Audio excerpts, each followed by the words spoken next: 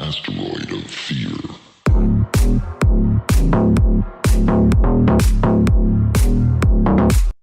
Hey guys, welcome to another episode of the Men of the House podcast. And today I'm talking with Brian Fleming, and he's a veteran, and we're going to talk about a little pre-war, a little war, a little post-war.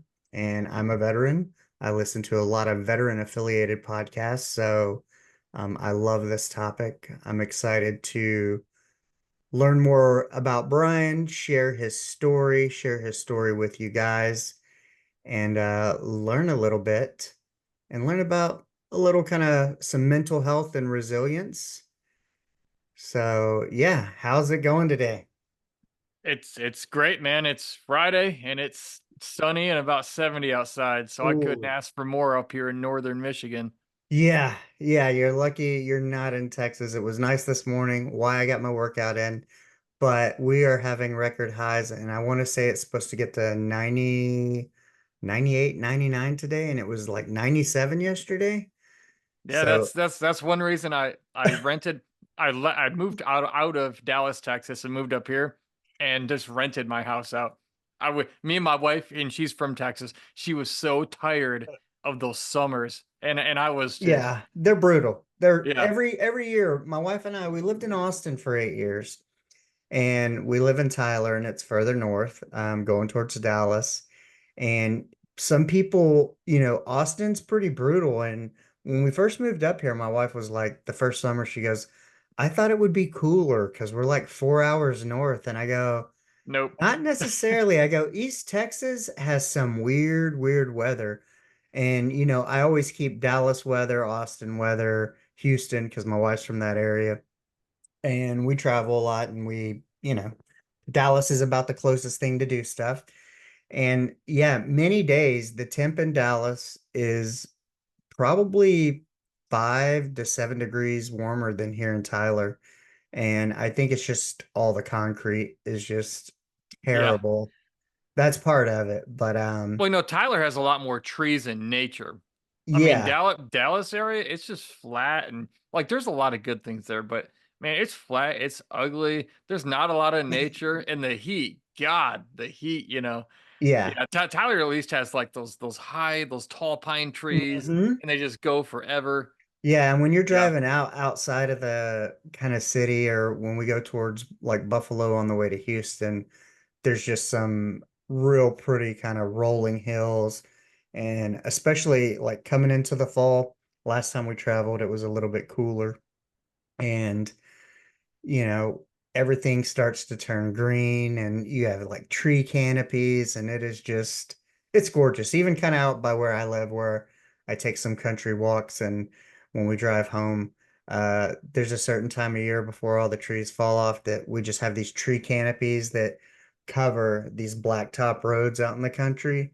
And it's magical in a way. It's one of those small things that, you never really appreciated as a kid. And, I grew up in a town of 400 people, and now it's probably 2,500, 3,000, maybe even more. What town is But that? Bullard, Oh, Bullard. Okay. and it is, it's grown, and it was a 2A school. Now it's like a 5A school. A lot of the doctors and stuff have kind of moved out of Tyler out here. And, I graduated high school a year early in 93, joined the Navy because it was so small, and I knew there was more.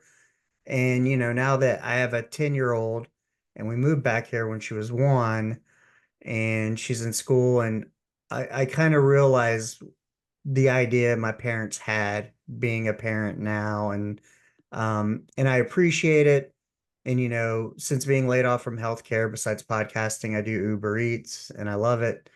I love to serve people. I love to listen to podcasts and drive around. And, you know, I love getting to see places I never ever got to see growing up. Even though I'm from here and I've been a lot of places, I still get to see cool places, kind of cool houses.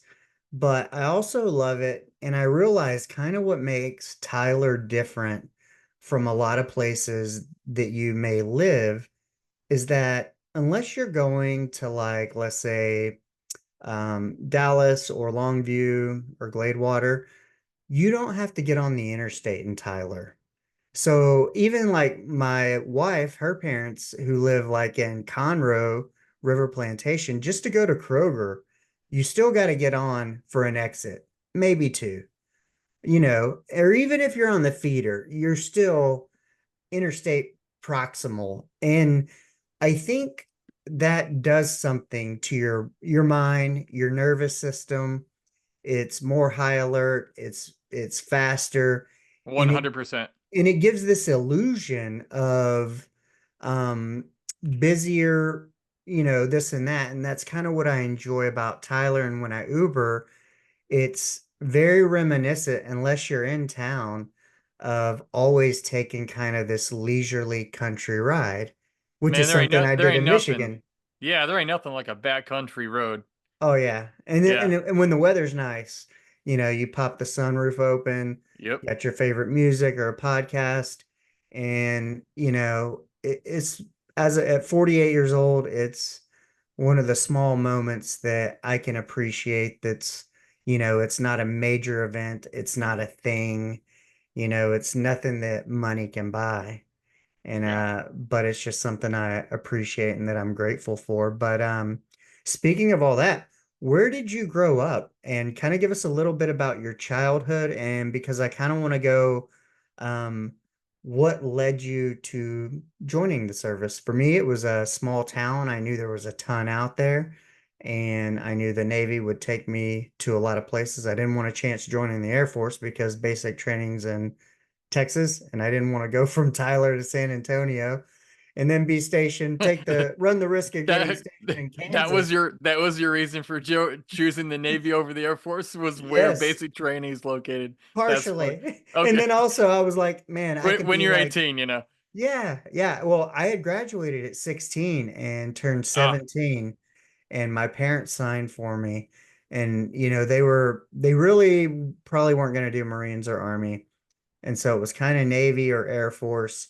And the Air Force, I was like very tempted, but you still, like, in the Air Force, like there's still a chance you could be in Minot, North Dakota, or Abilene, or good old. somewhere Why not? Why super. not? Yeah, why? Yes, exactly. So you're like, oh my gosh. I'm like, well, 17 years old, single, um, the Navy, because you're probably going to be on a boat and you're going to get to go a lot of places, even if you're kind of ported out of one place. So that was my decision. But yeah, where'd you grow up?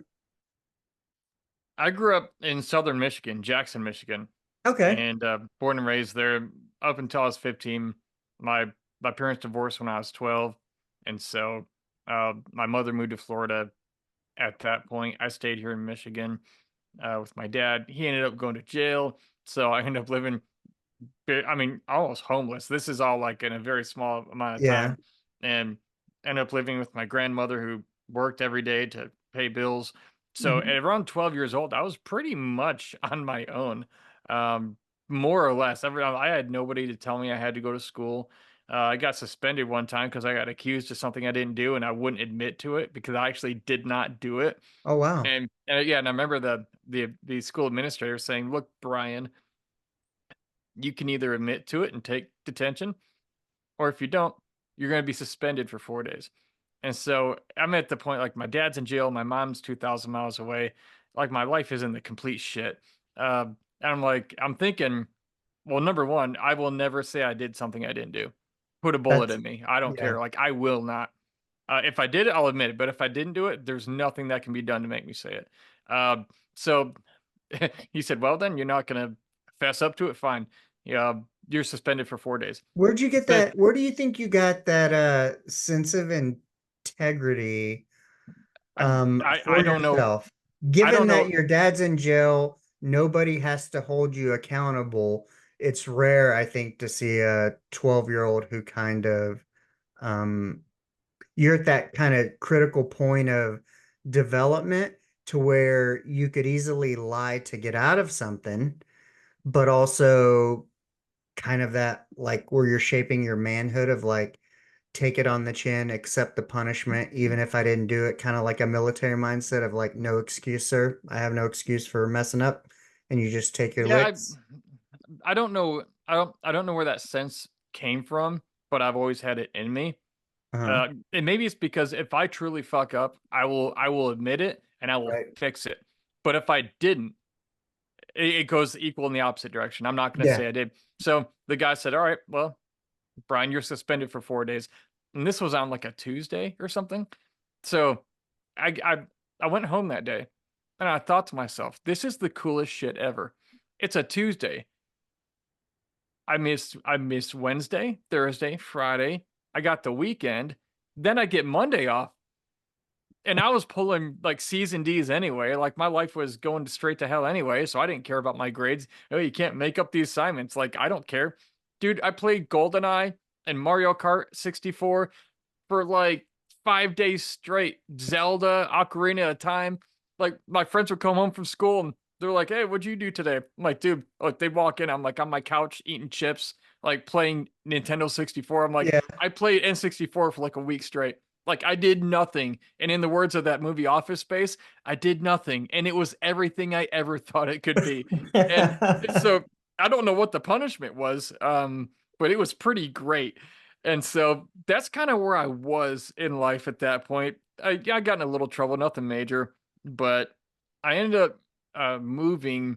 And, my childhood was pretty kind of crazy around my parents' divorce time Yeah. because um, I always say that my parents' divorce mentally prepared me for war and what I would later endure years later in the Yeah. military. And one of the things that happened was my parents my parents got divorced on a Friday. This is in 1997, and Monday morning there were metal detectors installed to every entrance of that courthouse, and the judge was authorized to carry a pistol behind the stand because my my father tried to attack my mother and the judge and got hauled out of the courtroom by Oh, 8 wow. bailiffs. Yeah, and he's not I'm a cross country runner. I'm kind Right. of lean. He's built more like a linebacker. So that was a big scary thing for them. And I was never popular in school, but man, my family made front page news of the Jackson Citizen Patriot newspaper and everybody in school knew who Fleming was. Yeah. And so this is kind of like I'm 12 going like what the fuck, man? Like what it's going on in life. And what's really funny about that, because I've been a professional speaker for over 17 years now, it was 5 or 6 years ago. I was speaking somewhere. It wasn't in Michigan. And this lady walked up to me after my talk and she says, "You're not from like Jackson, Michigan or anything, are you? Like Southern Michigan?" And I hadn't mentioned that in my talk. And I said, yeah, I am actually. Uh, have we met?" She goes, "Well, I'm from like Kalamazoo, Grand Rapids, which is like an hour and a half Hmm. west of Jackson, where I grew up." And she goes, "I remember the story of a divorce court incident in the newspaper around 1997." And I'm like, that was my family. And this is like 20 years later. And a lady who lived an hour and a half away back then knew about it. And then we crossed paths like somewhere else in the country. Crazy. Yeah, So that is so wild. Did you and small your world. dad hunt or anything? Like you said your dad was a big guy, but given the family dynamic, and I'm only asking this because I follow a guy from Michigan on TikTok and you know, avid outdoors people in Michigan. They like the outdoors, the snow machine, the hunting, the Oh, yeah. fishing. Oh, yeah. Did you and your father do anything like that? Never. He did nothing Okay. with me. Anytime I was around, it was, what do you want? Go play, get away. So there was Now, no, now, how long did he stay in jail? Now, did you permanently end up kind of going with your grandmother and finishing out like your formative years well, living with her? I lived with her for a couple of years and then he had gotten out of jail. And Hmm. then I ended up deciding to move to Florida to be with my mom at 15. And then Okay. I did 10th through 12th grade in high school down in Hollywood, Florida, like North Miami area. Yeah, I lived in Fort Lauderdale. I went to boot camp in Orlando went to University of Florida. That I ended up all back there. Met somebody from Boca, dated a girl from Boca, met a guy down. And then when I got out of the Navy, I ended up living in Boca and then Fort Lauderdale. But yeah, Yeah, my old stomping grounds. I was just there for a month. we would go to Hollywood to see shows and stuff, or Miami. I Yep. remember So, one time we were on the way back from a Everclear and Jimmy's Chicken Shack concert in Miami. We stopped in Hollywood at a gas station. I wasn't driving, my friend was driving. He had his wallet because it wasn't like a traditional wallet. He had it under his leg. And this was back in the day of real paychecks. And when he got out to gas up, he he scraped it over into the parking lot and it had our paychecks in it. And oh we made it all the way back to Boca only to realize he didn't have his wallet. And we turned around, drove all the way back to Hollywood, and his wallet and paycheck were still in the gas lot parking lot no by the gas way, pump, I swear. And that dude. night That would be gone so fast nowadays. it was March 3rd, which is my dad's birthday. It was also, we went down there with no tickets, and then we were looking for two. Nobody had two. And so we're like, okay, you get one, I'll get one. He finally found one, show's about to start. And I'm like, well, you just go in, I'll continue looking. Some dude comes up to me and goes, are you looking for tickets? And I go, yeah, I need two or one, whatever you got. I go, how much? He gives it to me and goes, it's on Jimmy's Chicken Shack. And gave me a free ticket because I was leaning up against the wall smoking a cigarette with the band members of Jimmy's Chicken Shack and had no idea and talking about tickets. And when they left, they had one of their crew members come up and give me tickets. So Oh, it was that's kind of cool. like a special night of like, between my dad's birthday, um, the free ticket. We didn't take any herb that night, and of course it got passed by us. And then the whole wallet incident, it was just like sometime the stars align and things work out, Yeah. you know. But what was it like going from Michigan to Florida? In those, because those are kind of uh formidable years for males. Yeah, I was looking forward to getting out of the environment I was in. Looking Mhm. back, it was a bad, toxic environment. And, getting moving down to Florida with my mom was actually probably the best thing that could have happened to me at that point in my life. Stepdad was kind of toxic, but my mom was a good enough of a person where a lot of that didn't matter. And it was actually cool. I mean, because they did pretty well financially at that time, so they were living on the beach in Oh, Hollywood, wow. and then there was a house we lived in Pompano right on the beach, and Hmm. so the backyard was sand. So it could have been a worse life for a kid who comes from nothing. Like we weren't even blue collar. Like we couldn't afford collars where I come from, Right. and so you know, like it could have been way worse, but it was a pretty good time for me. I made some pretty good friends down there, graduated from South Broward High School there in Hollywood, and so it was a an environmental shift I needed to make. I got out of the environment I was in. You know, I wasn't I wasn't really that motivated of a kid here in Michigan, and wasn't doing that well in school. I got down there, pulled straight A's, 10th through 12th grade, graduated top of my class. Um, You do any worked. sports? You said cross country earlier, so kind of curious. Yeah, well, in Michigan, I did like football, cross country, track. Once I moved to Hmm. Florida, I kind of lost that desire. It, life was so different and transitioning. I just sort of wanted to feel it out and see what else is out there. Right. Even though I've always stayed in shape and been athletic, moving down there was, yeah, it was great for me. And it was a time when I was able to kind of start really being myself and learning about life and getting out of all the shit that I just come out of in Michigan from the divorce my parents had, and it was kind of a new beginning. Do you have any trouble, fights, any bullshit, teenage high school boy bullshit? Surprisingly, well, in Michigan a little bit, but not much. But in Florida, none at all. Wow. Like, yeah, I mean, I studied hard. I worked 2 or 3 jobs. I bought my own stuff. Like, I mean, I funded uh, two trips. I was it 2 or 3 international trips I ended up taking, one in 10th and one in 11th grade, and one the summer of my senior year. I mean, I funded my own trip to Brazil when I was like 16. I Hmm. funded another trip to Auckland, New Zealand Oh, when I wow. was 17. And I spent, yeah, maybe, gosh, almost a month down there. And yeah, I just came back, well, study again, worked, saved my money, did what I wanted. And then the summer I graduated, had a couple months off. And I did kind of piss off a little bit during Hmm. the that summer after graduation because I knew I will never be this free to do nothing and Right. not have to work because I graduate in May. I'm leaving for basic training in August for the army. So I thought I'm just gonna shit bag the whole summer, and I did, man. Like I didn't do anything. Like I had fun.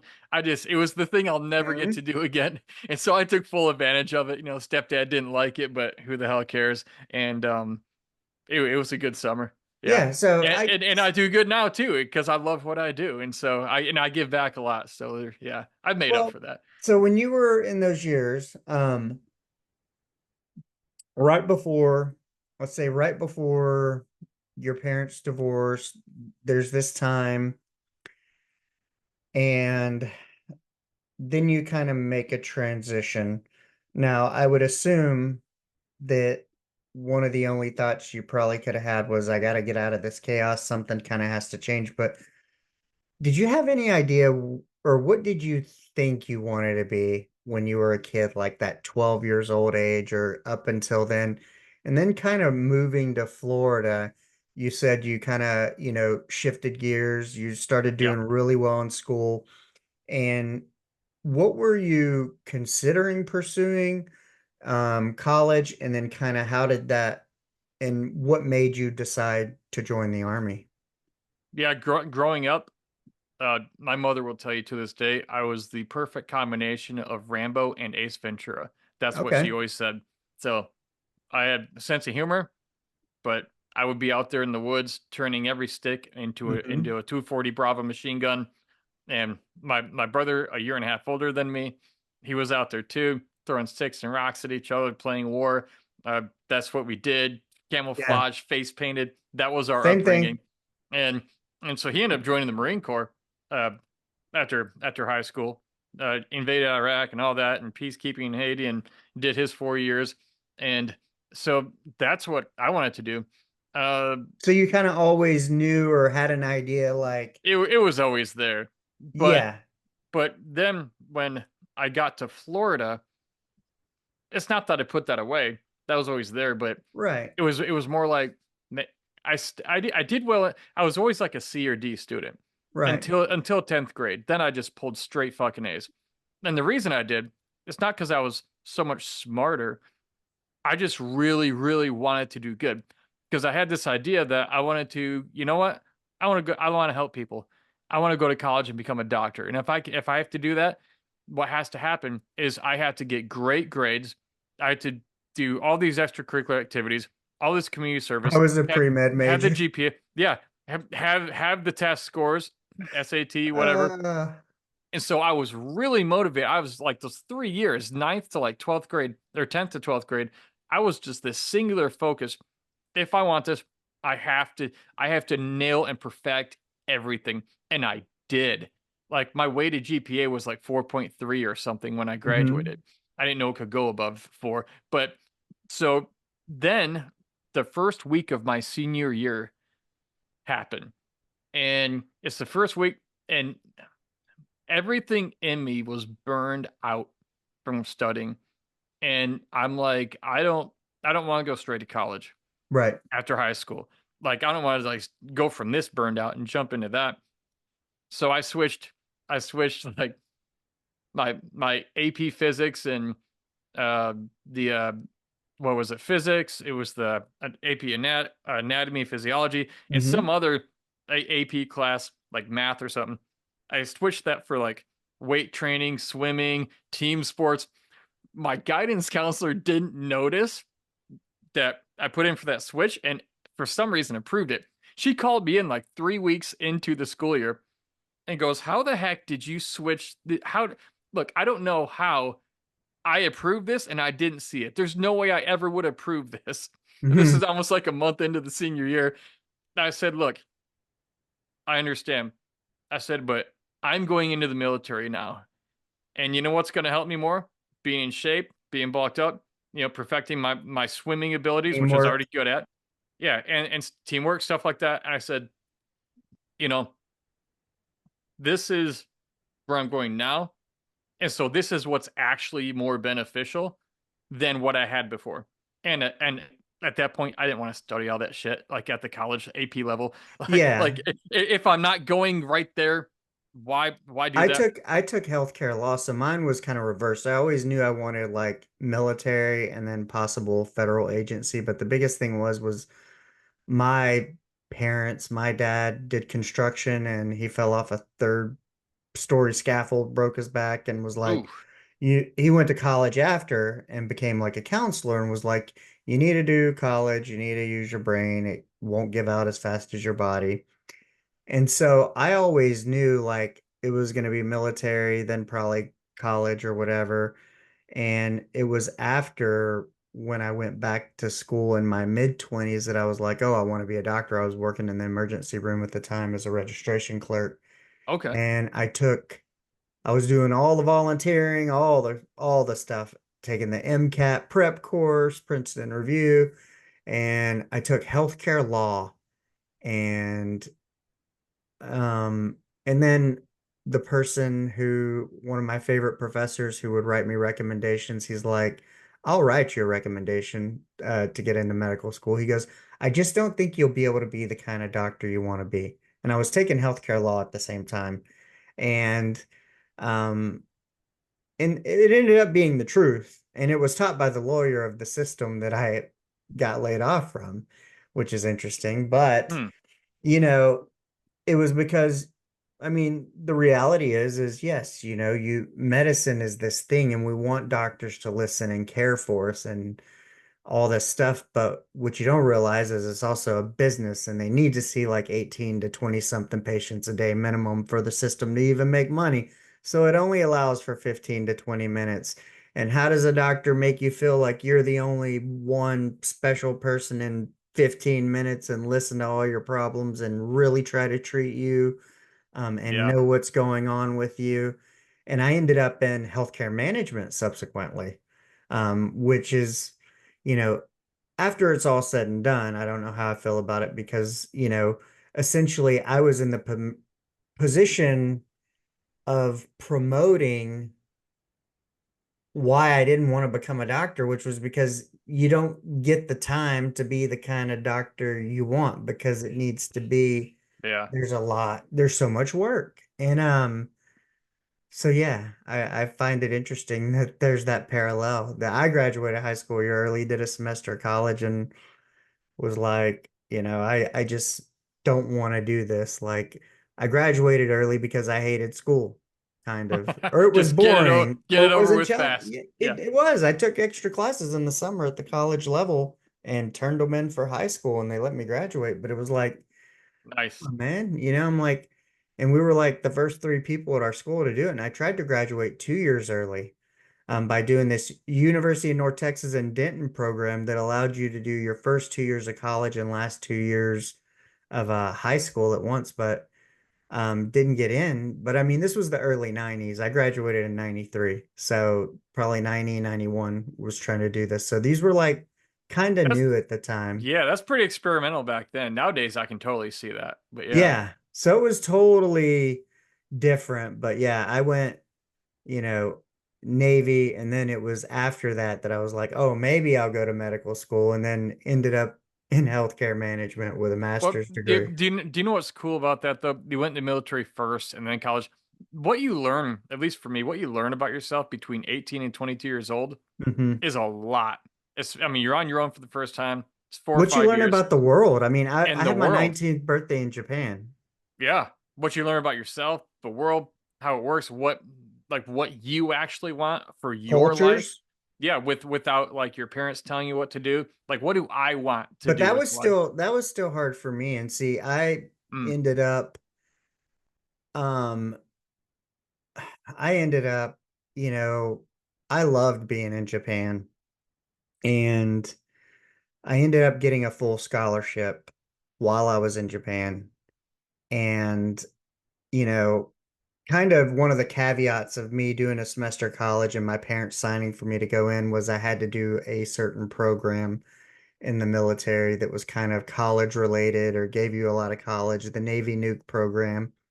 And I did it, but I didn't want to do it, and they wouldn't let me change my job because my dad was kind of on that because of the whole college thing and how he broke his back. And my mom's like, when you get there, change your job, be happy. They wouldn't let me change my job. Of course not. Um, and and so I kind of had to go through this school. And so what I did was I made it through the whole school. I did okay, but on the final, I needed like a 2.5 to pass, I think, and I got a 2.47. And so then they gave me a week. They put three of us or four of us in a room for a week and said, study. And if you study, you go to the next phase. And then it's going to be even harder to get out. And so I didn't study and I made a 197 because I was like, It's all strategy. Yeah. if I fail, they have to reclassify me and they have to give me another job. And I get to choose from another job. Well, guess what? Because of that, they disqualified me from any mechanical or electronical jobs, and all I could get was supply or admin. And I wanted to be a corpsman, and I wanted to be a corpsman because I wanted to be a field corpsman with the Marine Corps, Mhm. because I was kind of more interested in that path. And I ended up getting yeoman, admin clerk, which was fine. I mean, I'm good at it. I've always done some sort of admin afterwards, and you have to have paychecks, mail, paperwork. I mean, it makes the world go round, but also it was nice because you're in with all the officers and the master chief, and you do all their stuff, and you get to stay clean, and you're inside when it's Hmm. hot and you're inside when it's cold. I kind of like that. But it was, it it it was a rough go.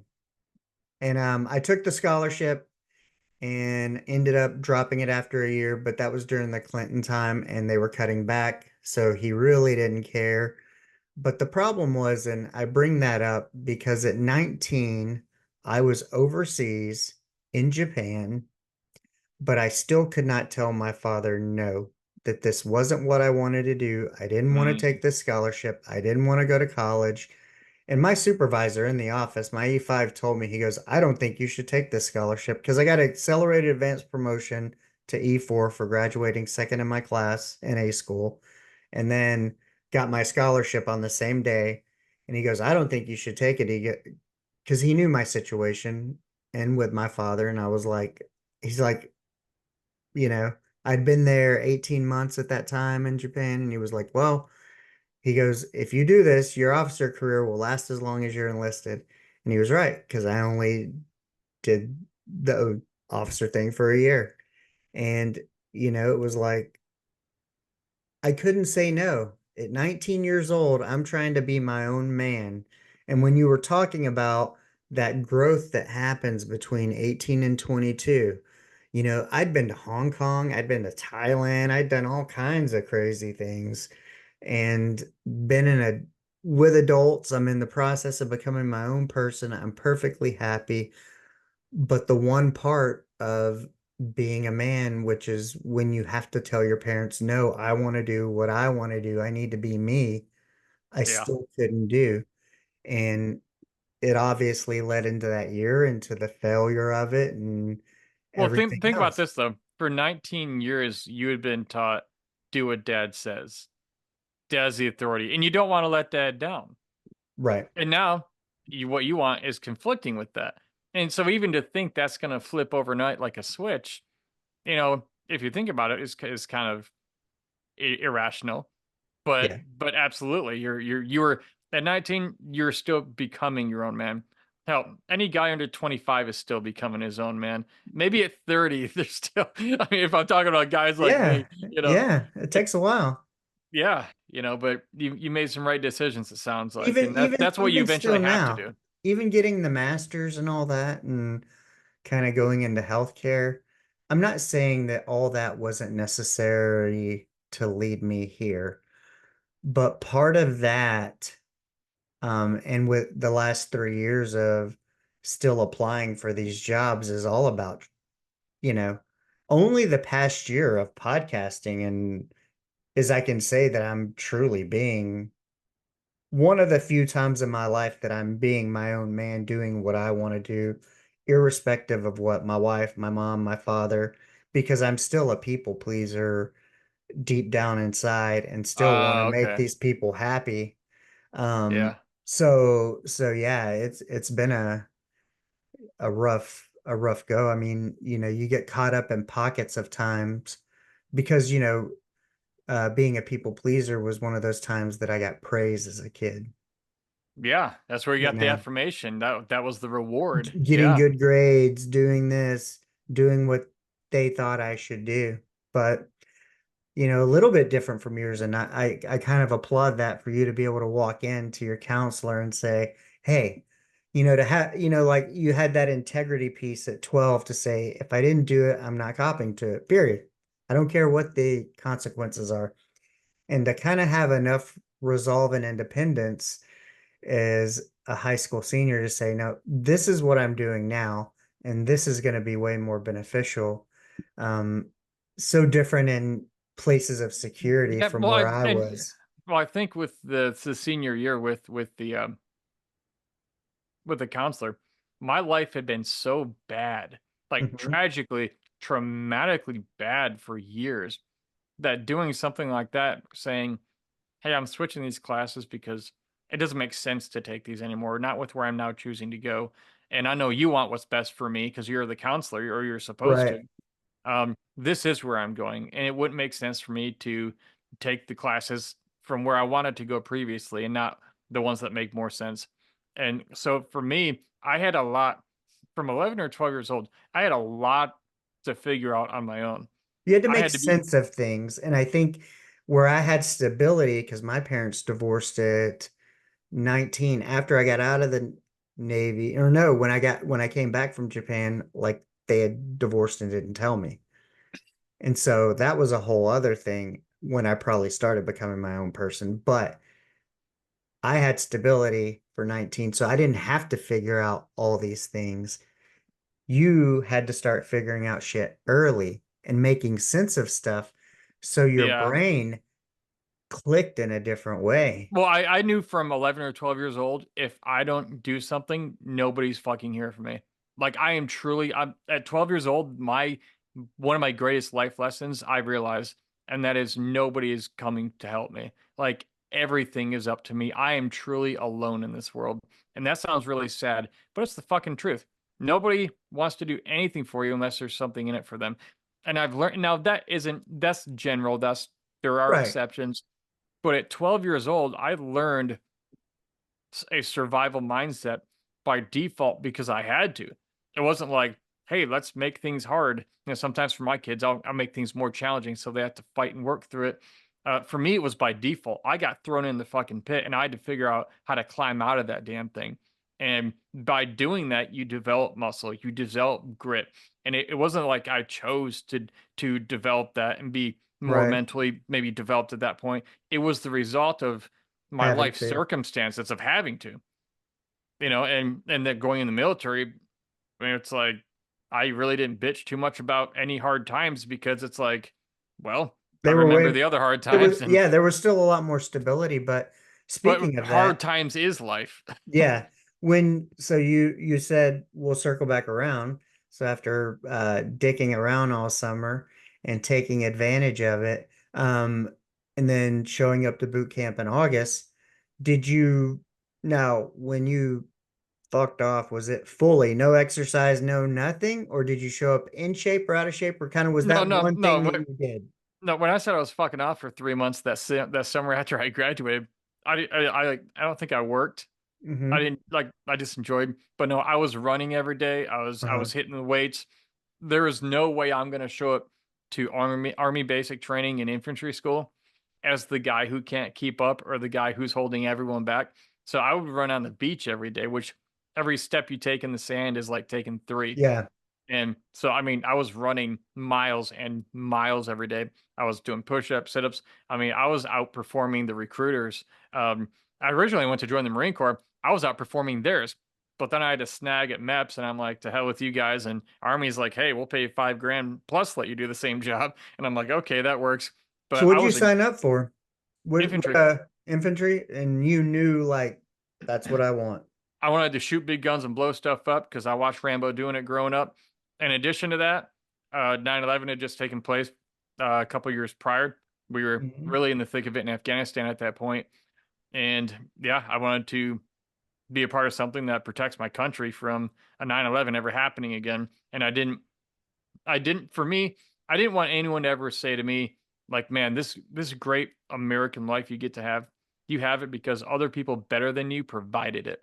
And I'm not like, not everyone's meant for the military. So don't take Right. offense to that if someone's listening and you didn't go in the military. I wanted to know I did something to at least earn my keep a little bit for getting to live here. Because remember, I'd traveled abroad a few times and I funded it myself when I was a teenager. Right. Most of the world's fucking poor. Yeah.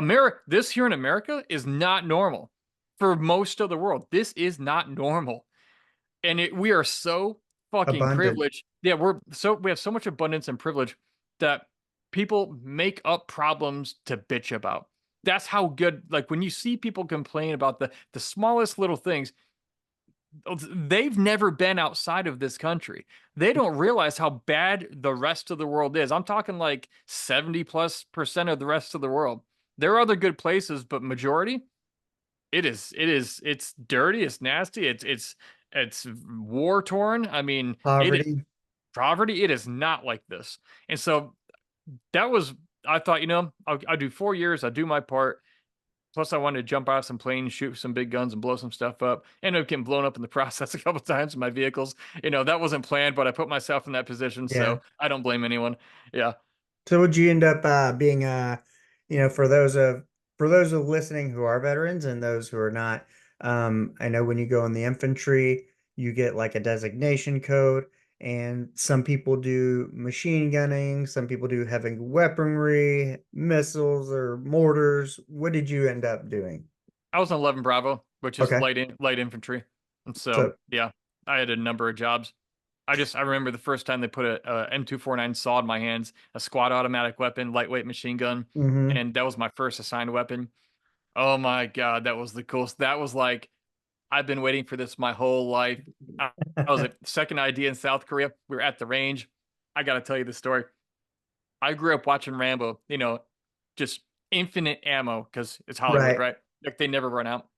And man, 18 years old, I'm at the range.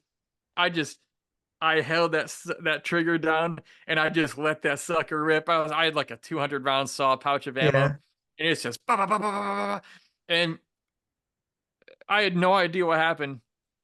First sergeant came up, kicked me in the fucking head, right in the helmet, and he goes, "The hell are you doing, private?" And I can't hear anything now.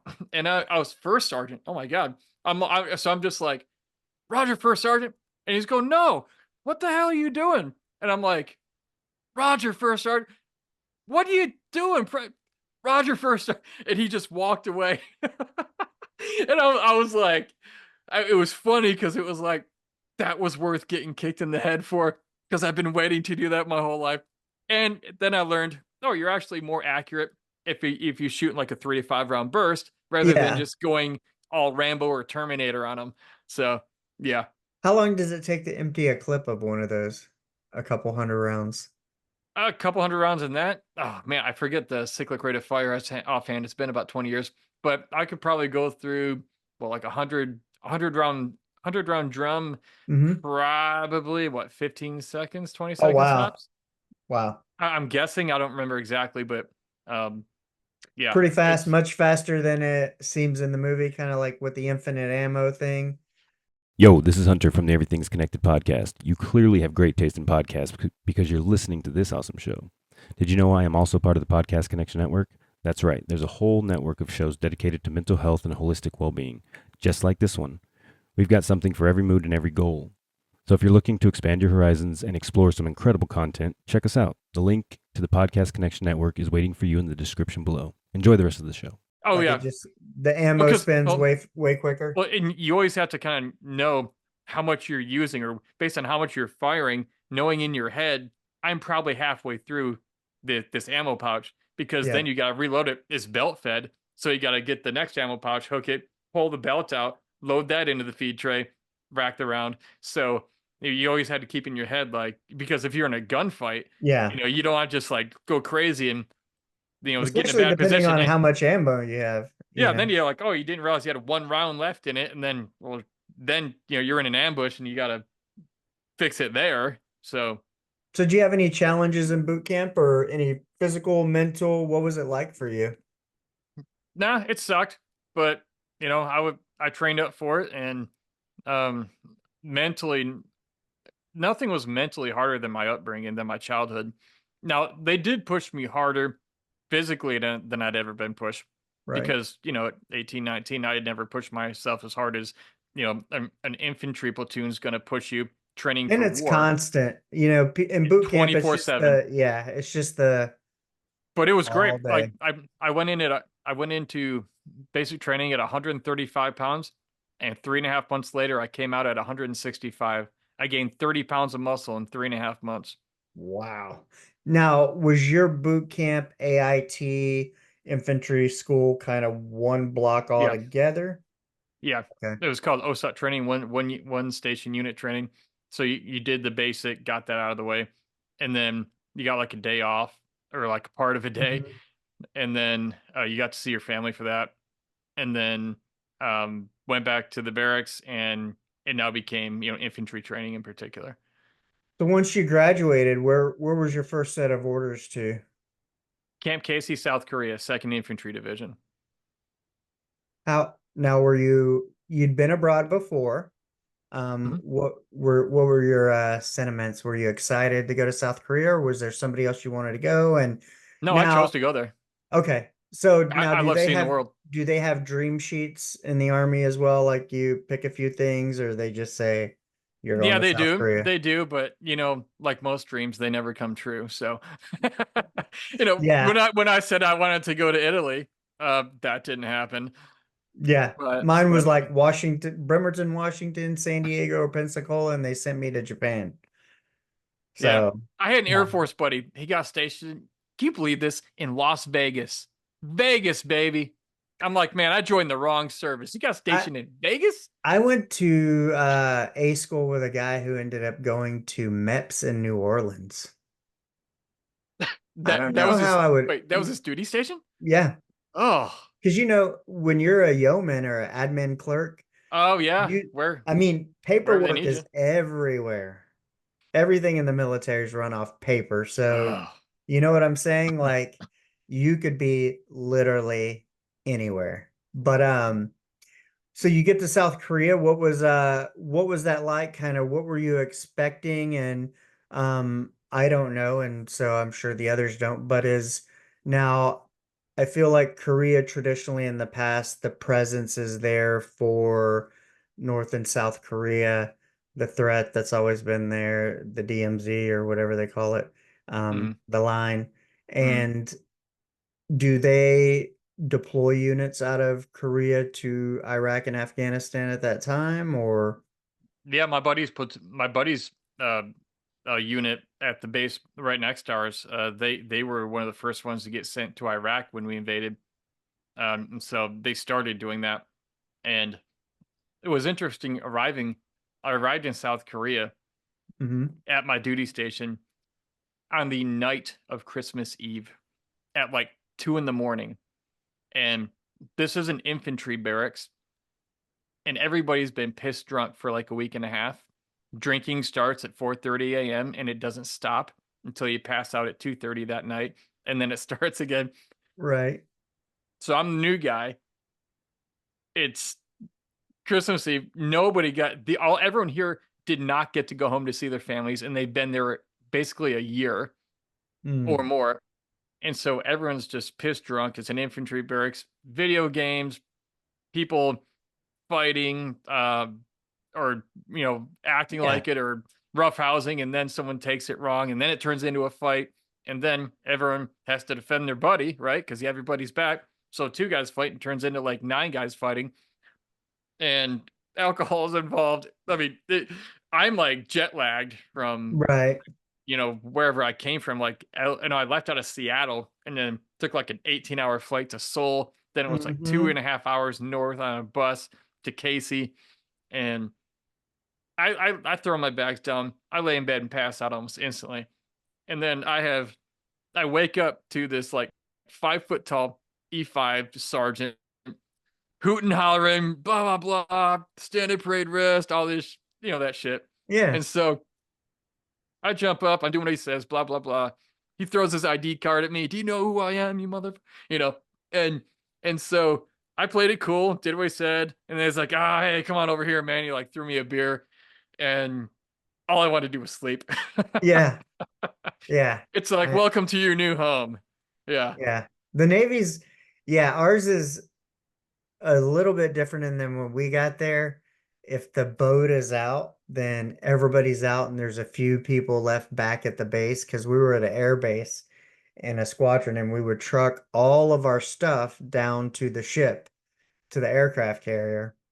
But they're out. And so there's like a lot of us that have all arrived, kind of new people, and we're different rooms. And uh yeah, but the cool thing was is like there's 3 people to a room and they each had a fridge. And so when you get there, there's, people have plenty of beer and they're on deployment. So of course you're like, well, I can replace this by the time they get back. Yeah. And yeah, it was appropriately so. They had Mickey's, the little hand grenades, and yeah, that was the last time I ever drank those because we woke up with a terrible hangover. But yeah. So what what was it like? How long were you in Korea before you ended up deploying? And when you got to Korea, did you know you were potentially going to deploy, or what was Korea working up for? Or did anything change in what you thought you were going to be doing to what Well, actually kind of transpired? no, at that point, troops had not been deployed out of Korea to Iraq or Mhm. Afghanistan. So when my buddy's platoon or his unit ended up going, that was like kind of a surprise because everyone kind of thought like, oh, if you're in Korea, you're not going anywhere. Now, They were need, you excited or not excited to? Now, you said earlier you were kind of excited to go to Korea, but now yeah, did you Korea's want a to go? great country. Did you want to go to war, not go to war? And did that factor Uh, into a disappointment because you were still kind of excited? well, no, I knew I was going to war. I joined Army infantry during a time of Right. war. Like I knew I was going to Afghanistan or somewhere at some Eventually. point. Yeah, Okay. I had no problem with that. I'd reckoned with death already at that point in life, and that's what I joined for. Um, so I didn't deploy out of Korea Okay. after getting my year done in South Korea. I was assigned to the 10th Mountain Division, which is a light infantry mountain warfare brigade, and so I was assigned to the 10th Mountain, and I Is that deployed Fort with it. Lewis, Washington, or Well, where's it at? typically it's Fort Drum, New York, but the weird thing is that on my orders in Korea, it said Fort Polk, Louisiana. And so I took them back and I said, "Hey, these orders are wrong. It says 10th Mountain, it says Fort Polk, Louisiana." And they said, "No, Private Fleming, you're wrong." I said, "Okay." They said, the 10th Mountain Division is starting a 4th Brigade in Fort Polk, Louisiana. The So, Swamp Division. so that's where I learned about the term military intelligence. You're starting a mountain warfare brigade in a swamp, and then you're going to send us to a mountainous country of Afghanistan to fight war. That's exactly what happened. So I got to 10th Mountain there in Louisiana. I was there for about a year and a half, and we deployed in March of '06 to Afghanistan. Holy cow. Fort Polk, Yeah, Louisiana. yeah. I would never believe it if I hadn't heard it from you. Guys would complain about spending 2 weeks training at JRTC there at Fort Polk. Yeah. I'm like, dude, I've been here a year. Like, I don't want to hear it. Yeah. So what did throughout the rest of your career, did you ever gain any insight as to why the Army thought that would be a great idea? No idea. And according to my knowledge of the military or the government as a whole, it doesn't have to make sense. It's just what they did. Uh, so Yeah, it made. you were only required to do a year in Korea. See, I Mhm. didn't know that. That's kind of different. Like my orders were for however long until I got orders back. Um, and so you go to Fort Polk, and was there anything, did you what did you learn there that was quite different that maybe you hadn't encountered before? Was there anything you got that was valuable somewhere in your career that not all was lost at Fort Polk? I learned that I never want to live in Louisiana. That I the state stinks. It's a swamp. The people and the food are wonderful, so Yeah. I give them that. I still have friends who live. They're wonderful people, great food, terrible weather. Hate the weather. I mean, you walk outside your front door in the morning, and you're just instantly, literally wet, like with moisture, sweat, hot, muggy, murky, swampy. Bad roads. Um, Terrible roads, worst roads I've ever driven on, literally the worst. And so when I got my orders to Afghanistan, it was like I was sort of like, thank God, finally. Like I can get the hell out of Louisiana. And what was besides that, nerves, excitement. You said kind of before you'd kind of reconcile with death or that feeling and kind of this knowing, hey, I'm going. Um, but what was it like? Hey, uh, it's finally time. I know because a lot of people, I mean, you grow up a little boy, you turn into a man, becoming a man, you want to test yourself. You want to know how are you going to do kind of in the ultimate test.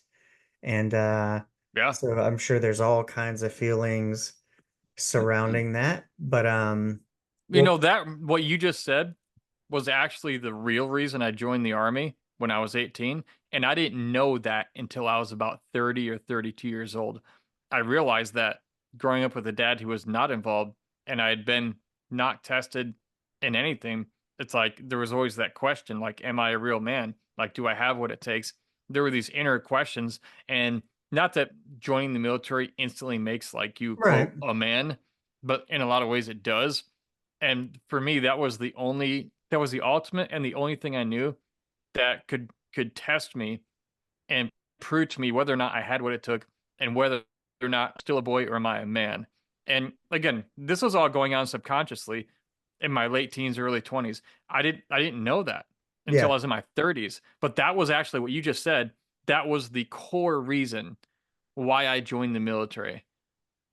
And it's kind of like people don't realize too. I mean, if you look in, take out the military, but look at some cultures, you know, bar mitzvahs, whatever, certain milestones, whether it be drinking alcohol, having a sexual encounter, lean towards this. But when you go into military and you do something that's difficult or less difficult, if you're in the Air Force, um, it's really that kind of togetherness, the being away from parents, isolated, but you're also with other grown men who have decided to join the military, and then kind of a crucible of some sort at the end, and then a graduation, a ceremony of sorts, to where like some cultures, whether you do a vision quest or this or that, the other, and there's a ceremonial type of thing that you're becoming a man, Hmm. whether it's a high five and a beer or whatever.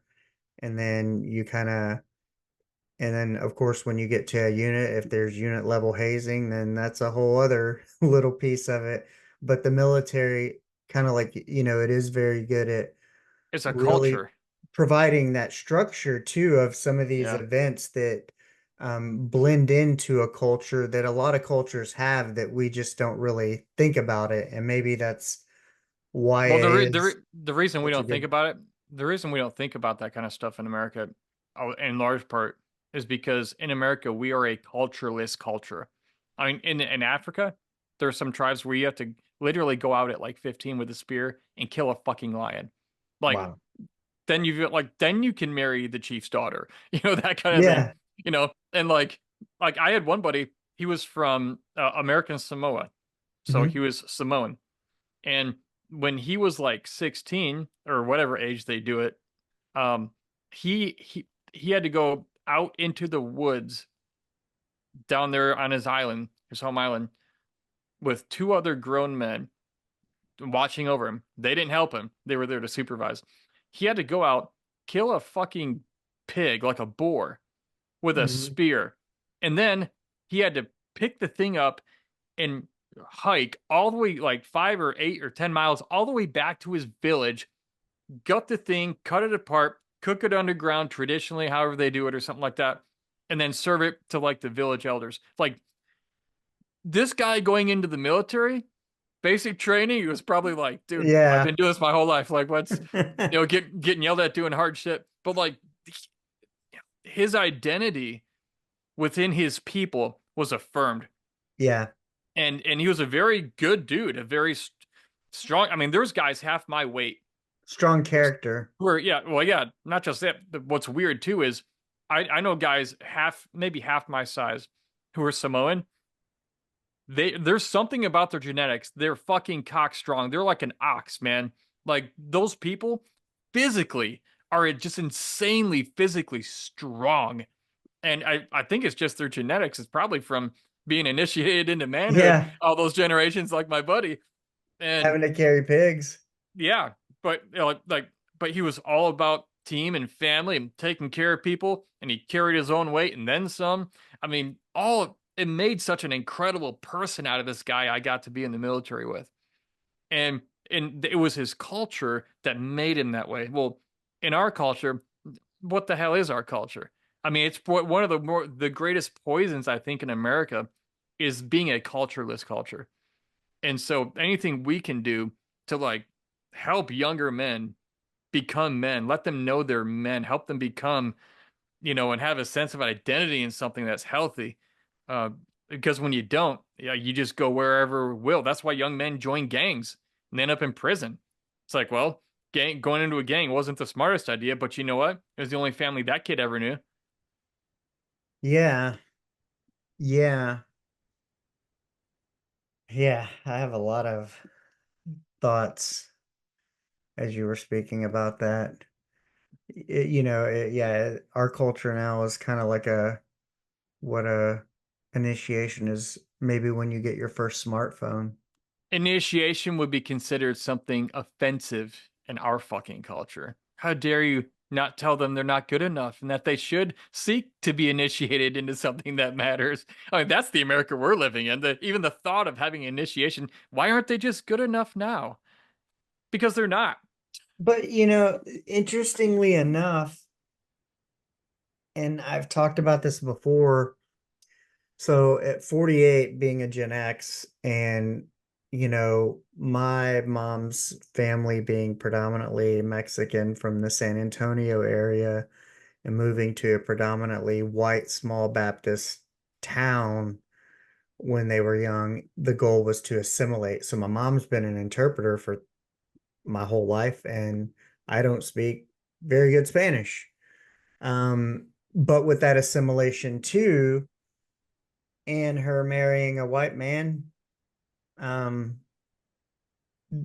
you get away from the culture. So I identify more with my Latino culture, but it wasn't until I was much older that it's kind of more embraced and whatever. So unlike that kind of Samoan type culture where it's very much, and I feel like only now as we want more unity. Just because we're different doesn't mean we can't be united. But Absolutely. only more now do I feel like more generations are kind of gearing to embracing their culture as opposed to like because back in that day in the probably late 60s, 70s, and 80s, Latinos moving into white neighborhoods, they wanted to assimilate and be more like them because they wanted their kids to because they were coming from immigrant backgrounds and different backgrounds, and you don't want to be like that. But I think Hmm. they were probably understanding that, the occupation is not the culture. You need to keep the culture. The occupations and your um your heritage's position in life can change, your family's position. Um, we don't have to do the same things, but we still do need to embrace some of what makes us us, be it our food, our traditions and Yeah. whatnot. And there's Um, so much beauty in that too. I mean, yeah. like as a white guy, I'm going to say this.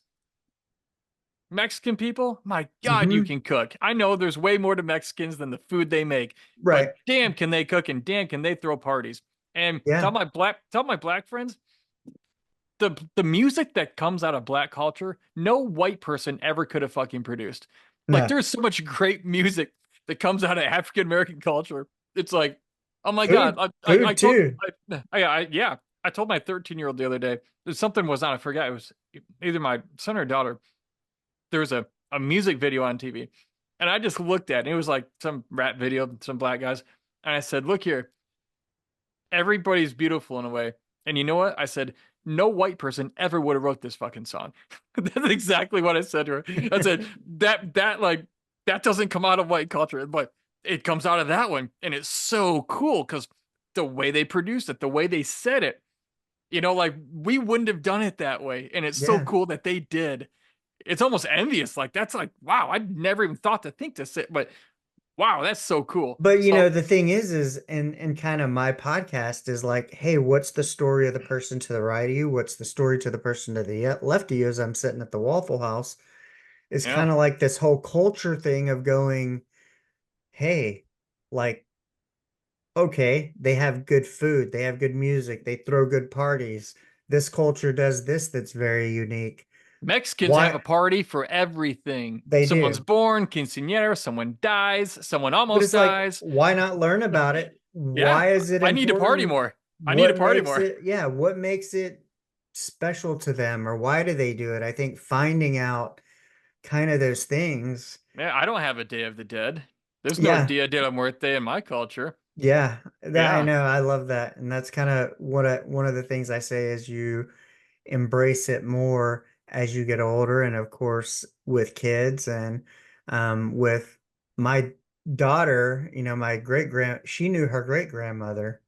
Um, really. yeah. And so, some of those things and the Dia de los Muertos and being able to associate that with that. And so it's kind of wild. But speaking of culture, what was it like when the ramp lowered and you step into Afghanistan? What's your first impression? Hot? It was hot, dry, and it stunk.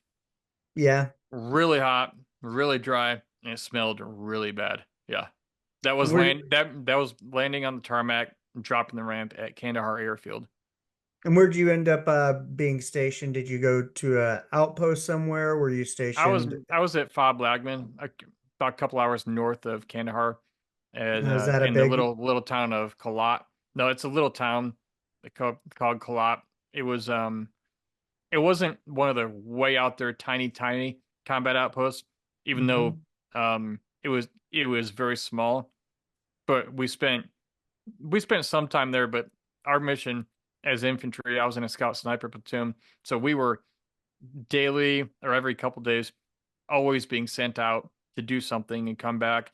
And so we spent some time there, but we would we would go to those other tiny outposts where, there's almost nothing.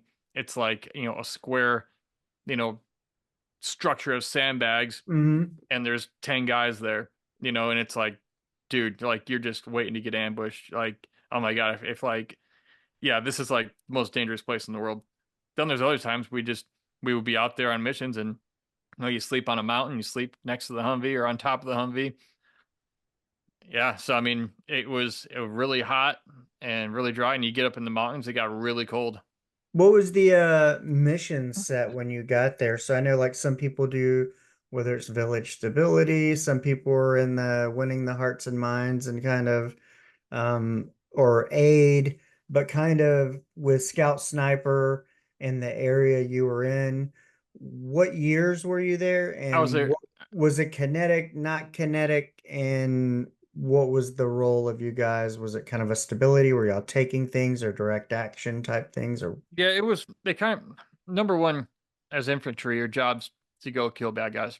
Mhm. So I mean, we would go and pick fights with Taliban. That was like go out. You know, the orders would say confirm or deny enemy presence in said Right, area. That just means go out there, and if you get in a gunfight or blown up, it means they're there. That's what it really means. right. And so, um, our job was to go root them out, find them, and deal with them. And that would take on various different structures. Because we were in a scout platoon, we were smaller. We had like 16, 17 of us. Sometimes the battalion commander would use us for this or that or whatever the bigger mission was. We had a little more fluidity than a typical line company platoon, and so it just kind of it changed sometimes daily. But either way, it was go out, find the enemy, and take care of business. That was the overall mission. Take me and the audience, take us through your first time getting um into contact and getting shot at and having to fire your weapon. What were your thoughts? What were your feelings? Yeah, the first time getting shot at was interesting. We had come down from the top of a mountain that we were on top of the night prior, and one of the guys that night, one of our guys, he was fixing his night vision onto his helmet as the sun was setting, and for some reason, whatever happened, it slipped, and he dropped his helmet, and it went boom, boom. You know the sound of a cape, like Yeah. of a helmet, is very distinct. When we heard the pop pop silence, everybody stopped and looked. We knew what it was. That helmet went all the way down that fucking mountain. So the next day, our it was half our platoon, so like two squads. We went down to find it and get it back.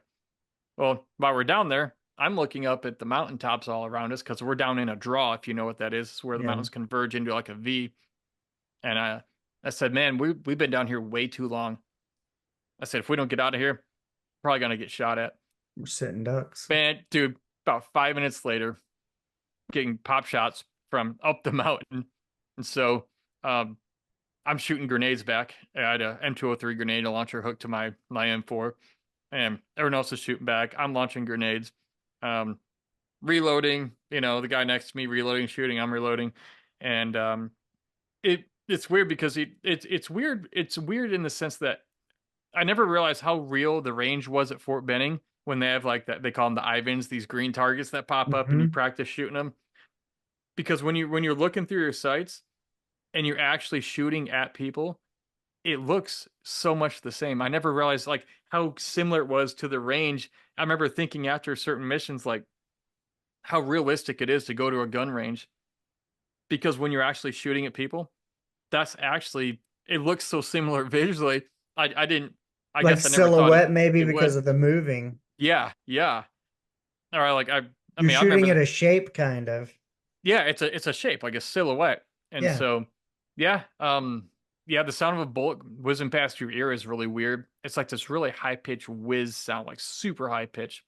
That and that's when it's close. Yeah, we had a couple things Were like you that. nervous? I mean, your adrenaline's pumping. Did Um, you oh shit, oh fuck. Did anybody yeah. around you freeze? Did you if you were firing back, it sounds like you didn't. And No, were you that's where the training kicks in well, because but some people still freeze in a moment of yeah, training. I mean, I worked no, in a level one absolutely. trauma center, so I mean, and Yeah. also I gotta ask, were you proud of yourself for not freezing and actually doing, what you're supposed to do? Yeah, I don't remember anyone freezing, which is great. But you're Hmm. right, that does happen. Um, I didn't, so I am glad to see that. Looking back on it, and knowing that I did the right thing, what I was trained to do, that has the highest likelihood of keeping you alive. Um, yeah, absolutely. Did it consciously cross your mind like when y'all got back and you're like, oh shit, I just got shot at for the first time? Did you answer any of these questions for yourself? Like, I'm glad I didn't freeze. I'm glad muscle memory took over. I know Not, next time, or nah, no. It was more like well, we got shot at. That's what that's like. And then it's like, well, we kind of expected that to happen at some point while we're here. Yeah, And yeah, so I didn't give much thought to it really. yeah. And I think too, though, you know, I think of it from sitting in a chair, having listening to podcasts, and as I envision stuff as I'm listening, and the pictures, you associate with it almost like when you read. Um, versus, I can think of many different things I've done when I've been in certain occupations and have had certain types of trainings that you're very reactive, but you also, like when you work in a level 1 trauma center and you see people with their face blown off, or you're holding somebody's leg and they're on the stretcher. Um, I guess you kind of expect it, and some people react different, but I guess kind of knowing that it's going to happen, you're mentally in a different place with a Yeah, different mental. I'll say you can train for war, but you can't really prepare for it, if that makes Right. any sense. You can train up to like a certain high level, but when, the first bullet flies past you, or you're in a vehicle that gets blown up, I was inside 2 of them, that's where like it just there's no preparation for that. You just react however you do, the best you can. Hopefully everyone it works out for them. Now, did you have any oh shit firefights with people shooting at you outside of the being blown up that you were like, there was a little more than pop shot that kind of made you think, or were you Yeah, guys more enforced that it wasn't that bad? I mean, a lot of stuff was pop shots and whatever. Uh, Taliban generally didn't want to get into a head-on fight with us because I mean we could be 17 guys, and I mean rationally, like the ratio speaking, I mean there could be 50 Taliban that attack a 17 or 20 man platoon, and we end up killing all of them. Like that's not uncommon to hear of American forces in like Afghanistan or kind of any war recently.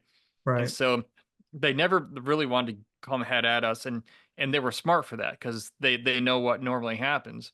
Um, so I mean, I do remember one night we were sent out and attached to a special forces team that was crashing a meeting of Taliban leaders that was literally like 10 minutes away from our base. So Wow. it was like midnight. It's like, get up, grab your shit, let's go. Here's what's happening. And when we got there, you know, the everything went to crazy, the gunfire, we were trying to maneuver, make sure we knew where the team was and also where we are. And then like that was the first time I had a bullet would go right past my head. And the reason I know that is because I had stepped outside my Humvee to kneel behind a mud wall and return fire. And as I was, the bullet impacted the door. Well, the door was Oh, like, it was like from me to this wall right here, which is like an arm's length. So I heard the whiz and I heard the impact of it. So that's how I knew it was close. And my gunner, he has on a 50 cal, like 2 feet above my head, and he was just like raining hell out of that thing. All the brass is falling down, like, and I didn't have earplugs in at this point oh, because I didn't wear earplugs. Like you want to be able to communicate with your team. right. So there's a 50 cal. If you've ever been near a 50 cal without earplugs on, insanely loud. He was rocking and rolling that thing, doing what he needed to. I did literally at one point take a knee and literally just like plug my ears for a second, like give him a rest because I thought my eardrums were gonna just blow up, and it was so intensely painful. And then I got back up and I returned fire. Some of the Taliban had run into the orchard, and were trying to escape at that point, and so they were returning fire and doing things. And yeah, that was interesting. A lot of some of the roofs caught on fire of the Mm, villages because they were mud huts with like thatch, like hay and mud, yeah, and just from the gunfire, some of the roofs were catching on fire. Uh, but yeah, like nobody was injured that day or anything. The next day, as the sunlight came up, we were finishing that mission, and we found a number of enemy fighter bodies, right. and thankfully, none of us were hit or injured. Yeah, always the goal. Take us through, you said you've been blown up twice. Take us through time one. What was the scenario? What happened? Your thoughts, the outcome, your post thoughts, and yeah, walk Yeah, us through that. it was April 18th of 2006. We were in our 5 vehicles, our platoon, our up armored Humvees, and we were in the Arghandab River Valley in Afghanistan, and we had stayed the night out there, kind of parked, made a Mhm. perimeter on a mountaintop, and then left out the next morning around just before or just around as the sun's coming up. And we went over this hill. I was in the first vehicle. Went over this hill, this little tiny dirt road, came down the hill, and at the bottom of the hill where it flattened out is where a double stack of anti-tank mines had been buried. And so we ran that over, pressure plate detonated. So our tire ran over a pressure plate. There were wires that touched in between the two plates, detonated the bomb, blew up our vehicle, blew it to pieces, set it on fire. I got out. My gunner was able to get out. My driver, my squad leader, and the guy next to me in the other back seat. The bomb actually went off underneath his seat. I was able to get out, ran around, opened his door. He was kind of half conscious, so I grabbed Mhm. him by the body arm and drug him out. And then my squad leader, climbed in the back and jumped out through his door because my squad leader's front passenger door had been like jammed shut by the blast or something. And so those two guys, my gunner and the guy that I drug out, they both returned to duty a month later. Nothing major, thankfully. And we were out there for 2 days more, and had to wait for a Chinook to come out and pick up the wreckage of that vehicle, and also get another vehicle sent out to us so we could all, go back. And then, a lot of people think, oh man, you probably got like the weekend off, right? After that. No, we got a follow-on mission on the way back. Like, hey, you're coming back anyway. Here's a follow-on mission, and it's like, hey, but it's what we're here to do. Like, it's our job, whatever. I didn't think too much beyond, the current mission or where we're at in the current mission. There wasn't any point in trying to think about stuff. People say, well, how'd you get back in the Humvee after that? What was like getting back in a Humvee or leaving the base every time you had to? And it was just, you just shut up and do your job.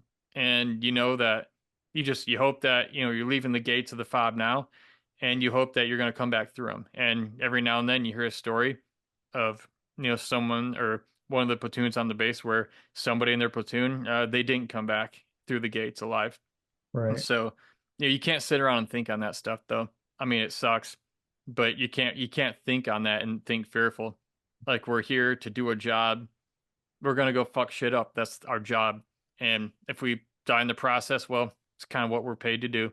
And I never thought beyond that much. There wasn't any point in thinking beyond that.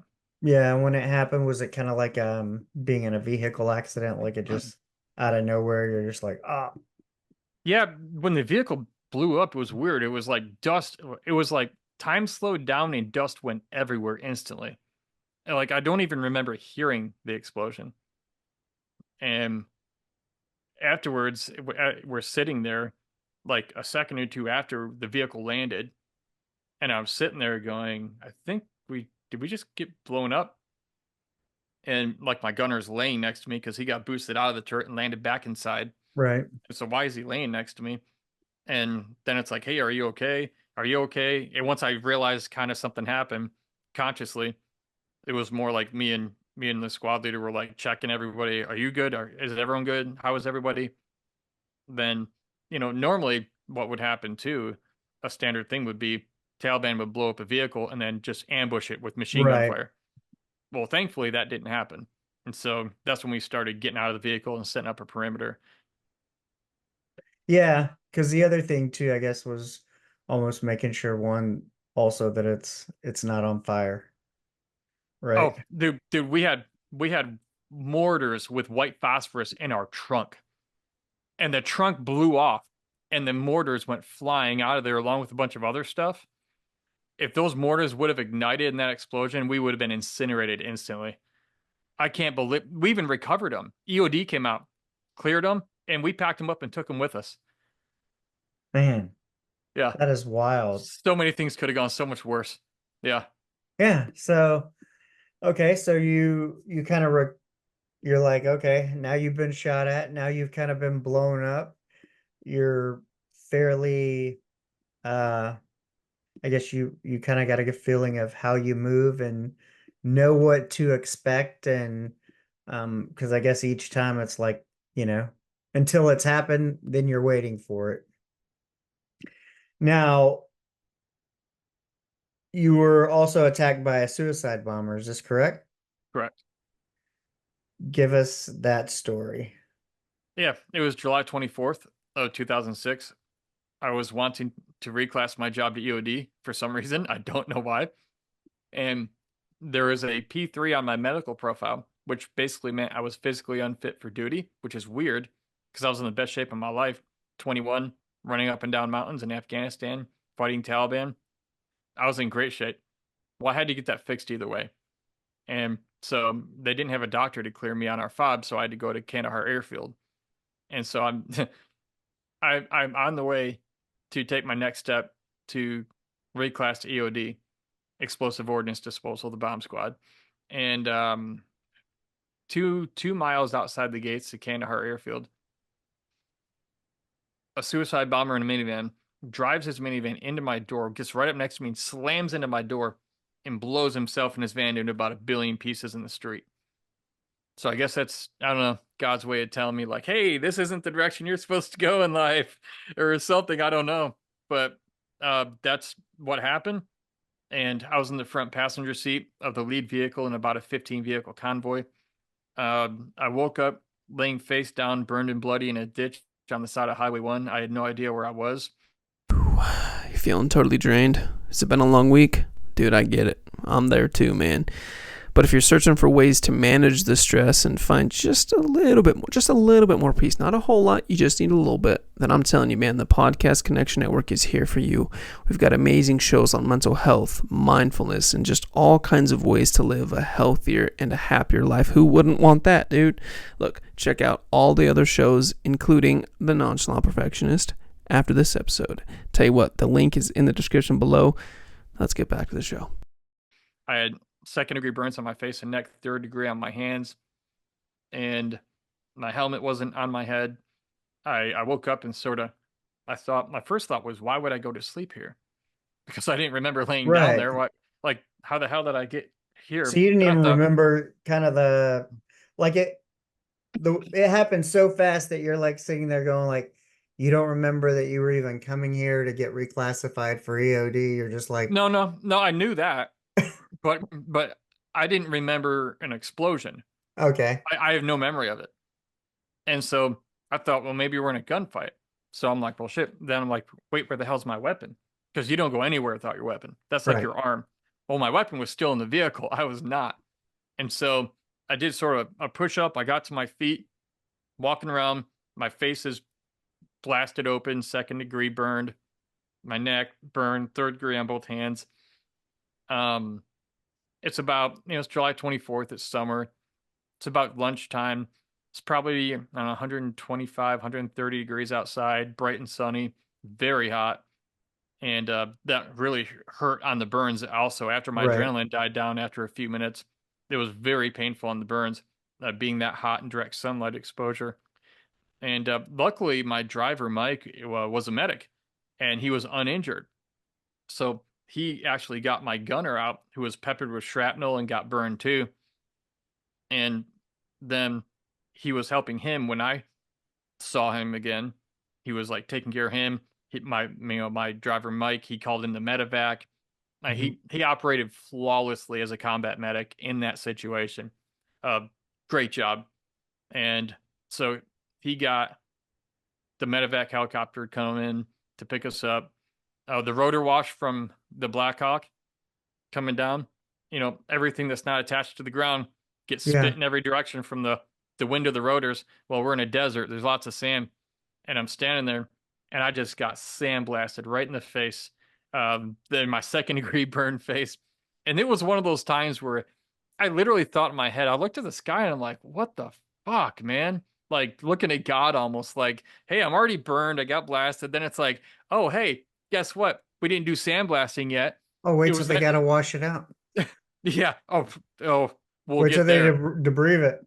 No, Now, well, did you see the we'll get guy? there. Did you see, now, was it like a side by side or was he coming towards you like almost like a T-bone and you're like, oh shit, this guy's trying to crash into me, but I don't know why, or like, From what I remember, he had slowed down uh-huh. and like was in front of us and somehow got beside my door. I don't know Okay. if we were passing him. I don't recall exactly, but he got beside my door as we were passing him, then apparently turned into us and exploded.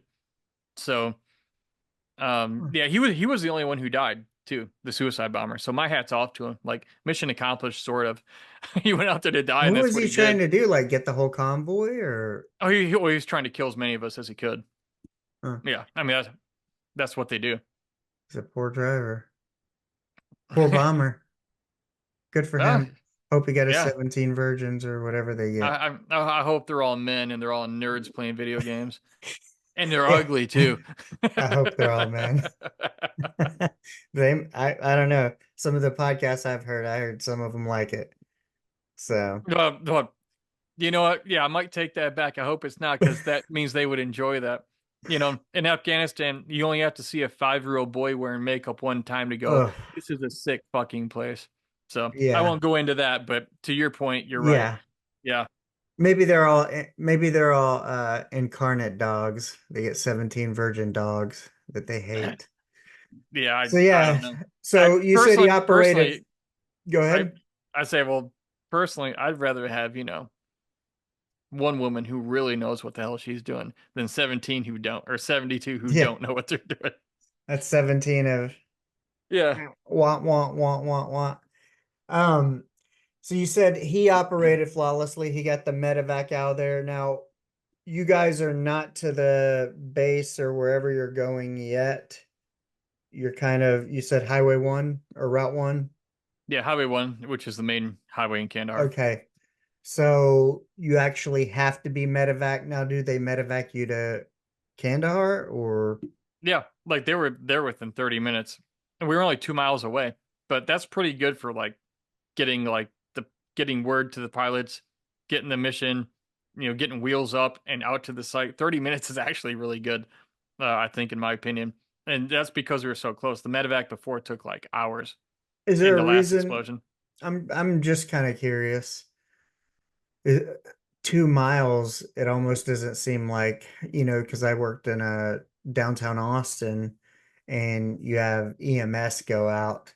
I'm surprised. Did the base have anything like that where they would ever send an ambulance out? Or is that too Uh, far? Or is it I because don't. explosion they think medevac?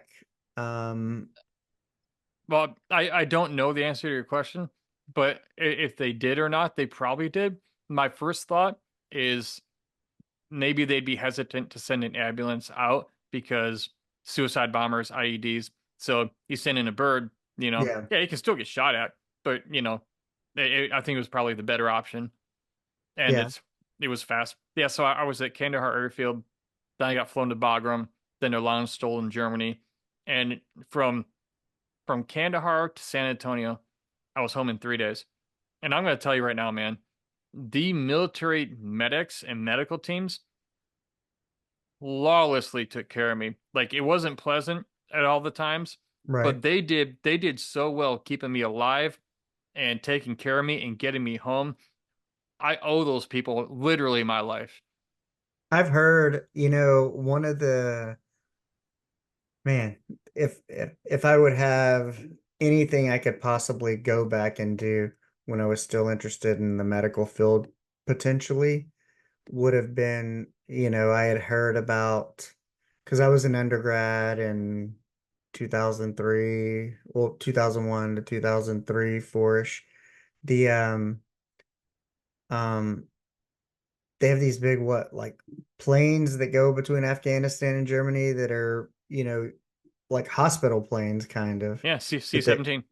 man, and I was like, how, cool would that be? Or, to be Yeah, like, like a flight medic. Yeah. yeah, yeah. And I was like, that would be something cool to do, worthwhile. And I think meaningful because, I'd worked in the ER, did my thing, and then I ended up with a undergrad in health and kinese because it gave me all the A&P requirements to potentially go to med school. And but then at some point I ended up working in an ER doing level 1 trauma, and I feel like it was like it chose me, but it chose the qualities I kind of always had of wanting to serve, be of service, help people, be kind, caring, and compassionate, um, which led me through a lot of things. But what was it like? What would your who did you call, if anyone? Because what was I'm sure your mother, what was your relationship with your mom and dad at this point in time? And um, Good with my you know, mother. My daddy was kind of like non-existent. It's always kind of been that way. how'd you explain to her, and what was her thoughts when you said I got Well, blown up? I didn't tell my mom. She found out from my wife. Um, my What'd your wife wife got a yeah, think? my wife got a call that, and she was told the wrong injury. She was told that there was an explosion, that I'm okay. I had a small burn on my shoulder, and that I was staying in country and would return to duty. But FYI, just so you know, of course that freaked her out. And then probably it was that night that after the explosion, the day of, it was that night before I got flown out to Bagram, they let me have a phone call, and they connected me with my wife. And she goes, "Gosh, are you okay? How's your shoulder?" I said, "My shoulder's fine." And it's my fucking face in my hands. Like it's like in Tommy Boy. You ever seen Tommy Boy? He Yeah. goes, "Man, like, where does it hurt?" He's like, "Not here or here so much, but he's like right here is what and I'm like, my whole face. And she's like, "What?" I said, "Yeah, like that I guess it was a suicide bomber who blew up next to me, and my face is all second degree burn, my neck is second degree, and my hands are third degree, you know." And of course, she's visualizing Yeah. what does that look like. Now, we're about to celebrate 19 years. I never doubted she would stay with me, but Right. in her mind, she's going through it going, "Oh my God, English patient. is it like, is he deformed? Is he burns it?" Like, oh my God, because the guy who mentored me in speaking, Dave Reaver of Vietnam, that she Hmm. grew up around him, and they were their family friends, and Right. she knew what happened with him, and the burns on his face and half his body that he still has, and so she's imagining the worst. Well, so yeah, they told her the wrong injury, and I got to let her know it was worse than she was told. And then I spent a year and 2 months at Brooke Army Medical Center. What years was that? That was 2006. I arrived on July 27th of '06, the day, or that a couple days after it happened. And then I stayed there um, through October when I went on terminal leave. Yeah. I worked at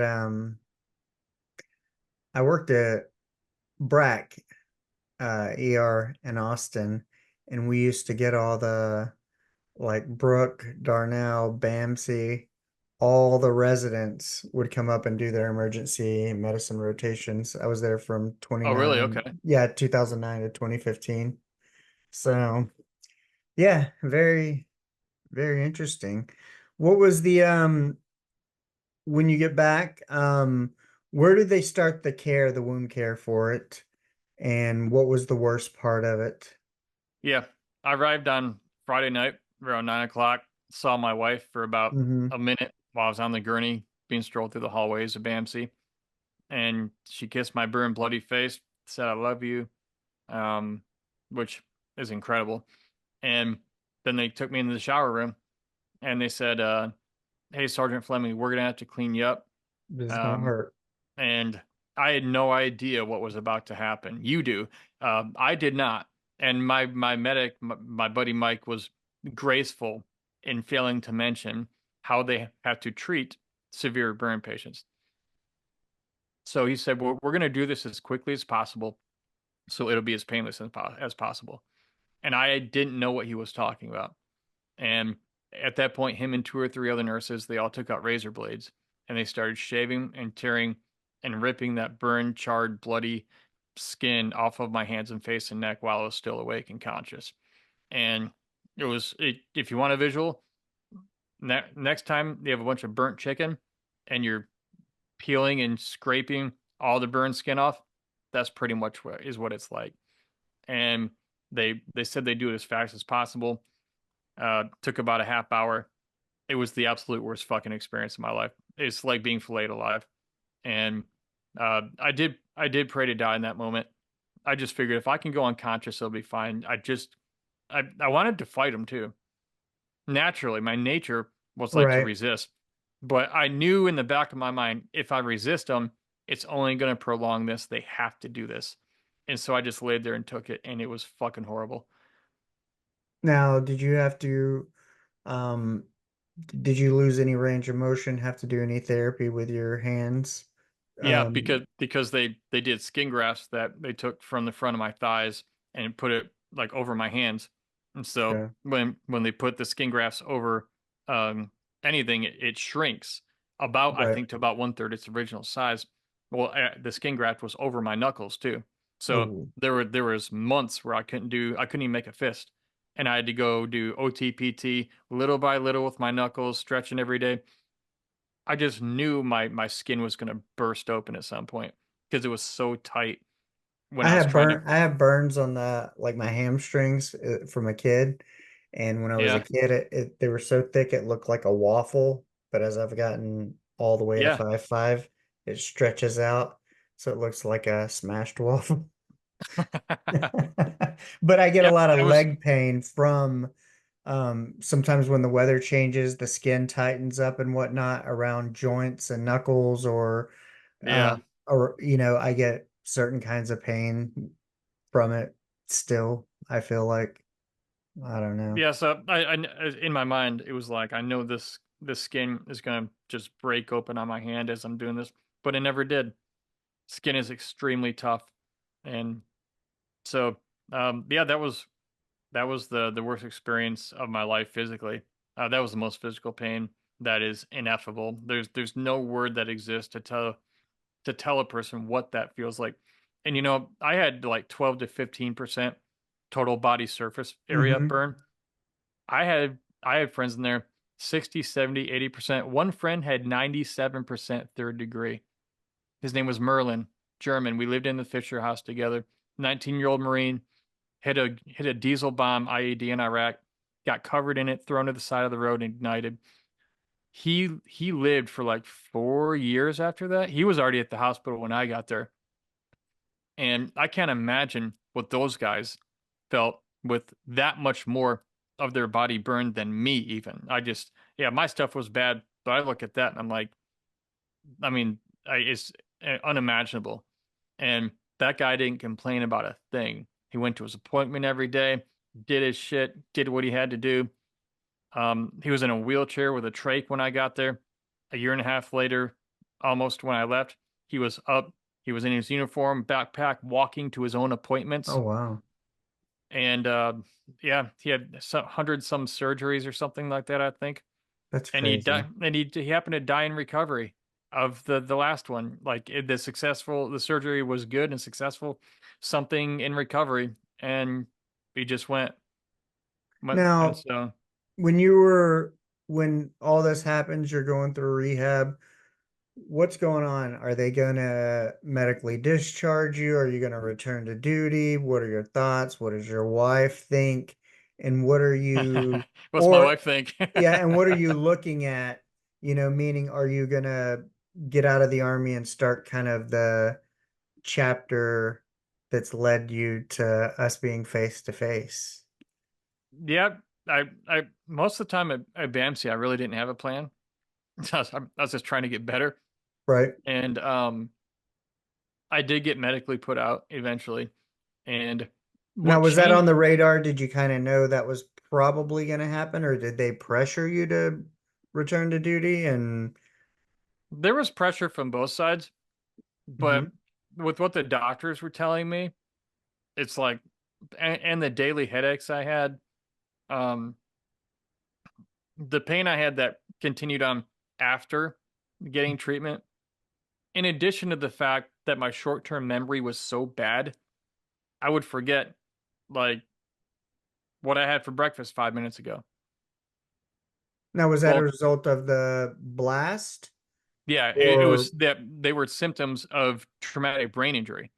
from And multiple? Because so, you'd been blown up before, yeah, rounds yeah. going off to your head, all kinds And of so, stuff. and so in my mind, like there was one mission I went on where, we had a saw, a lightweight machine gun, and the guy I assigned it to, he didn't put the oil, the CLP oil can, the spray bottle in his assault pack with him.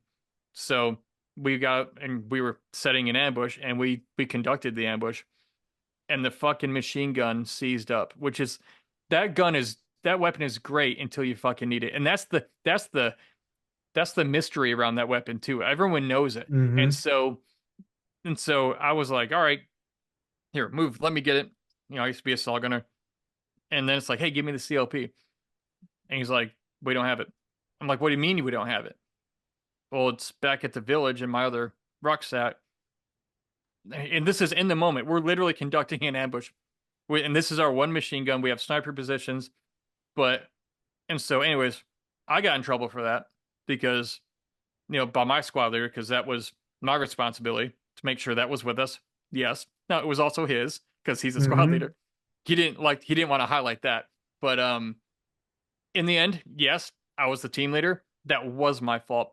If we had the weapon and not the battle of CLP in case it seizes up, which they do. And so I thought back on that experience. If it had been a different scenario, one or all of us could have gotten hurt or died because of a detail of something forgotten. And the problem, my main reason for not staying in was one, I'm done with this. It's time to move on. My wife doesn't want me to stay in. But two, she would have supported me either way. But two, I remembered that mission. And I'm like, how many more missions might there be where I might forget something? And what's it going to cost me or somebody next to me? I Okay. mean, I have friends who were Navy SEAL commanders, Right. and they would give a mission brief to their platoon and then walk away and forget what the brief was. Just completely forget. Like, because he had been a breacher for so long, so many explosive impacts nearby, he would literally forget what he just told the guys. But you can't tell anybody about that. So all that to say, I knew I had these more lasting brain injuries and these issues. I didn't ever want to be in a position where I could forget something and have it cost me or somebody else something. Like I'm better And off not being in. I can serve better somewhere else. so you make this conscious effort to get out. Hmm. What then? Is it about you recognize this is possibly some PTSD, some traumatic brain injury? I had both. You have it all, Oh, and I had the whole list, man. Check the boxes. Yeah, you're like, Brian are had it you all. like, hey, I'm gonna start healing. I'm gonna start seeing a therapist, working through it. Did you do the VA thing where they pushed all the pills on you? Or what was your output? And then did you have an idea of what you were gonna do Yeah. for a job? So yeah, I had all that pushed on me. I went to all the therapies they told me to while I was in. Hmm. I did register the VA. They did push a bunch of pills on me, and I didn't take a single fucking one. And I still don't, because I've seen the long lasting effects of some of those medicines on people. I have a father who took some of those antidepressants when I was 12. And you know Yeah. what? He doesn't know my birthday. He doesn't. There's so many things. It's crazy. Those things, the long term harm. My whole thought process on those pills was, this is me. I'm not saying for everybody. I'm not giving Right. medical advice here. Some people do need it if they're in an extreme situation and they need to Agreed. calm the fuck down. But for me, my whole thing was, I'm going to fight this thing head on or die trying. I'm not going to live as a zombie. I'm not going to be hooked on pills. Man, I have friends who were combat vets who came home with me who at 25, 28, 30 years old were taking 30 fucking pills a day. And they can't just stop. If you just stop, like some of those will kill you. You can't just Yeah. cold turkey. Yeah. And so they're in this position where they're stuck in this cycle of medication that they can't stop taking. What kind of 25-year-old needs 25 to 30 pills a day? And I think Like, really? partially one of the benefits you had from actually going in a little later was you were able to see what they were already doing. And even though they haven't fully adjusted to the best version of a holistic VA system, and I think there's people advocating for it that they be better and allow more options. Um, but you had a little bit of a benefit because you could actually look at what they'd already done. Well, I wasn't looking at the military. I was just looking at people in general, people like family members of mine Yeah, who had pills, and I'm like, I don't put anything in my body I don't absolutely need, you know. that's wild to be able, but to be able to recognize that and be, for me, I grew up like a very sick child with asthma and all kinds of stuff, and the treatments were different. And I had, from the time I was probably 8 years old till 11 or so, somewhere in there, I had to take pills every day. It was just what I had to do. And so, you know, but after being in healthcare for so long and seeing kind of the system and how they push, and then of course listening to a lot of podcasts, and my dad's part of VA. Um, Hmm. it's a lot of, they need to offer a lot more. But what did you decide to do if you knew you weren't going to do that? Um, what did Yeah, you have in mind in I terms had of, something I had something very unique and interesting happen to me that led me to where I am that I did not plan or know was going to happen. and this is what I want to hear about because I love this kind of Yeah, stuff. I mean, I'll take credit for all the hard work I do in accomplishing things. Like, yeah, I deserve that credit. I did the work. But then there are some things in my life that made a massive difference that I did not control that miracle. I didn't make that happen. I could not have, and I can't take credit for it. It's like the sun, the moon, the stars, and the earth all aligned. Right place, right person, right time. What happened was it was January 25th of '07. I had been home about 6 months, July to January.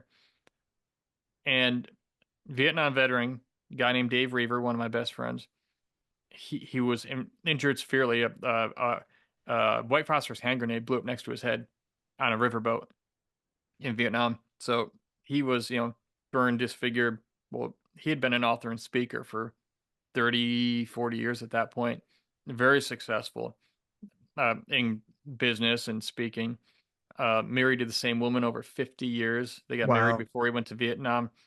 And he told his story. And he was telling us about what he learned through it, how it applied to us, trying to help us. And he couldn't talk about his pain without making us laugh hysterically. And really funny dude, great guy. And so I met him afterwards and we started talking. We hit it off. We became friends. Well, he basically at some point, in other words, said, "Well, hey Brian, I can show you how to do something with all this if you'd like." And I didn't have a plan. It's like the Joker in Batman, the Dark Knight. He's like, "Do I really look like a man with a plan?" Like I didn't. And so I said, "Yeah, what do you got?" Well, I got out of the military and I worked for his company during the week a little bit, and he took me on the road with him on the weekends for about a year straight and put me on almost every one of his stages. And he he knew what that was going to do for me. Um, he would give me a few minutes here, a few minutes there, take 2 minutes, take 3 minutes. He knew the impact it would have on people in the audience, especially at that time in our country. I mean, '06, '07. I Right. mean, people were all in with what we were doing, love the troops, even if you don't agree with the war effort. Um, Yeah. and so I saw the effect it had on people when I was talking about what happened, but also what I learned and what helped me. And that was helping them. but that was also helping me, and I didn't know it. And so I got kind of hooked on speaking and not talking, not telling my story for the sake of talking about myself. Right. That's kind of the hook. But the big, like, even to this day, my 60-minute keynote speech, I talk about my story in Afghanistan maybe 10% of the whole speech. It's not about me. It's about what I learned and how it applies to you and your life and the problems you're dealing with, the battles you're trying to win, and how it can apply there and how I can help you do that. Like, that's how you make people care about your story. You marry it to a problem they're all dealing with, and then they say, "Hey, I can speak to that." And then suddenly it's like, "Oh, they want you to come speak." It's like, yeah, because people, I always say this too, and I don't mean this as an inherent human being, inherent value, but nobody cares about my story as far as speaking. If you want me to book me to speak, they don't care about my story. They care more about what my story can do for them, because they all have a mission. When you spend $500,000 planning a conference in an arena, Yeah. or $1 million, like, why are they picking this speaker? Well, because I'm a building block in what they're trying to accomplish somewhere. Yeah. So I recognize that, and I'm happy to do it. And so I got hooked on the fact that every time I would speak, I'd talk to people. Like, I had one lady come up to me the first time Dave ever put me on a stage. It was like 2 months after I met him. This lady came up to me. She said, I got off stage. She was probably 22, 23, about my age at the time. And she said, "Hey, Brian, I was raped and molested growing up, like, several times. Then as a teenager, it continued. And now as an adult, my boyfriend was abusive. We broke up recently." She said, "2 weeks ago, I tried to kill myself, but failed." And I was like, "Oh my gosh." I was like, "I'm so sorry. Are you okay? What can I do for you?" And she goes, but she goes, "If you can get through all that and you can survive Afghanistan and you can make it through all that," she said, "I think I can get through this." And that right there, something came out of me, say spiritually, I don't know. Something came out of me I didn't know was there. And I told Dave that night, I said, "I don't know what happened, but I have to do this. Like, this is why I'm here. I have to do this." And people say, "Wow, Brian, you really helped that girl." Yeah, I did, I guess. I didn't know it. And I didn't have any advice for her. But just, do you know what, though? She helped me. I found a sense of meaning in my suffering. There's a guy named Viktor Frankl, Mm-hmm. Holocaust survivor, survived the Holocaust, psychiatrist, Austrian Jew, lost his whole family in the prison camps of the Nazis. In his book, Man's Search for Meaning, he said in one sentence what I didn't know how to describe in 1,000 words. When people would ask me, like, "What's the biggest key to your recovery?" Like, that you're able to bounce back so quickly and be productive in life and lead a productive life, because not everyone did. That came out of that war with me, unfortunately. And however you define, Right. that success, but however you define that, but shoot, my phone just went off. I'm sorry, it distracted me. Oh, Viktor Frankl. Yeah, he said in that book, he said, in some ways, suffering ceases to be suffering at the moment it finds a meaning. In some ways, suffering ceases to be suffering at the moment it finds a meaning. And what happened was, when I met that young lady, I found a sense of meaning in my suffering for the first time. It was about 7 or 8 months after the injury. So it was very, very recent after the injury. But I think that's what made it, for me, that's what made a big difference. Because I found a sense of meaning, like, well, maybe it happened so I could meet her. But even if it wasn't, maybe I'm just assigning that meaning. Either way, that was good enough. Right. That was good enough where, To keep you going. yeah. And I want to go find other people and Mhm. help them too, because there is a little bit of selfish in that. It does feel good to help people, and in a good selfish, because they benefit from it.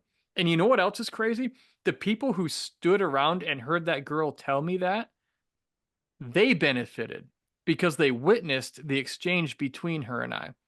She helped me, I helped her. People standing around listening to the conversation, the crowd around us, they benefited too because they heard it. And so now it meant something to them. It started to spread. I mean, I didn't get this for like 7 or 8 years after this happened. Yeah. Like when I found Dr. Frankel's book.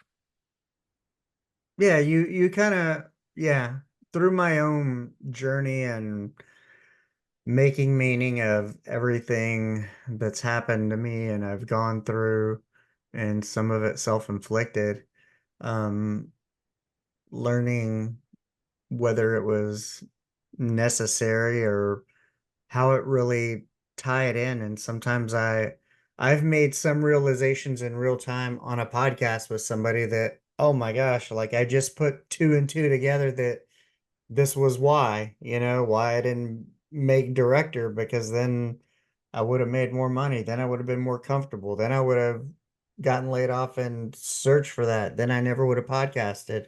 And I never would get to like tell your story to my audience and other people who are going to listen to it, and so yeah, it's but it makes sense to me kind of what you were saying, because you wanted to earn kind of your keep um for your thing, but whether you knew it or not, you were probably still getting some assignment of meaning by serving others. And now, did you suffer with any, like a lot of veterans do who have an injury, come out of the VA going through this? Did you suffer from any alcohol, drug issues, anything that No, you had to work through? No. So no, you no. heard I this speech, did this. I've never done a drug. Mhm. Well, drug the definition of drugs has changed since that time. Right. Um, I've never been into drugs. And never really even sampled alcohol until I was about 35. Okay. And it was some Johnny Walker, and I was like, nobody drinks this the first time and goes, wow, I love this. Right. It was pretty nasty, but kind of like wine. I started sampling it and comparing them and going, oh, this is interesting. Then I started learning about how the Hmm. stuff's made, and I got kind of pulled intrigued by the process of how Yeah. someone's made. So every now and then, like I'll have some now, like on the weekends or whatever. Um, but at this time after my injury, or the whole time I was in the military, everyone else would go get drunk. Hmm. I go to the gym. Yeah. like I had so much money and I was in such great shape. Everyone else would just burn the paycheck and get drunk. Um, but I'm not better than anyone. That's just how it literally happened, though. But no, I didn't deal with that because I didn't do it. And every time the VA would ask me, like, you don't drink at all, like infantry guy, and I'm like, I know it's weird. I just tell them, like, look, I have enough problems. I don't need more. And I didn't. And I was being honest. I love that. You know what? I'm gonna use that because I don't Go drink, for but it. I've drank plenty. But when people ask me why you don't drink, I'm gonna just say I got enough problems. I don't need more. Yeah. Like for me, Same but reason I didn't take the pills the VA threw at me. yeah, Like, I have enough problems. Like, I don't yeah. need more. I've tried to cut down. Like I was overweight and on prescriptions and went through a lot of different things to transform into where I'm at now, but dropped from 9 to 2. Like I need blood pressure medication, but quit drinking in the process, and that was kind of part of it, was trying to less prescript, as much as I can do without anything is what I want to do. Well, Um, and I never want to be a slave to anything. I never want there to be something I can't say no to. yeah, I don't like that. what if the zombie apocalypse happens and you can't get prescriptions? If you don't take any, you don't have to worry about it, right? You Well, know? now I don't have any severe mental conditions. I'm not bipolar, schizophrenic, or Hmm. anything that would be considered like a more severe diagnosis. So I'm not saying this for that reason, but I don't think there's any situation I could ever encounter in life where I would need medicine to handle it. I never have. And at this point, I don't believe there is any situation that exists that would be so awful for me that me personally would need medication to chill out. Who Now, knows? I could be wrong, but with everything I've been through at this point, from childhood to Afghanistan to the recovery, I'm just, if shit gets bad, it's like, well, that's life. Like life is beautiful, but it's also a bitch, and I expect that. And so, yeah. and again, this is me though. I'm not saying if someone else is taking something because they need it, you're not weaker or anything. I'm not implying that. Please don't think that. Here's what I'll tell you about trauma. Everybody experiences trauma differently, Mhm. and everybody handles trauma differently. And I will tell you from my experience doing resilience training for the military all these years and my own personal experience, there's no wrong way to handle trauma if it's productive. I mean, some people cower in a corner and they shut down. There's nothing dishonorable about that. That's how your body and brain was made. Me, it was it was more like let's do something. Like or I'm not, we got to keep going. I mean, it's funny. You always hear about like, hey, some people look like they're really tough. They'd be a badass in a gunfight. And then oh, that little guy over there, he's, oh, he wouldn't last 5 seconds. Well, then you get in a gunfight. And sometimes that Schwarzenegger looking dude can't handle himself. And the little guy over there, his name's Audie Murphy, if you know who that is. Yeah.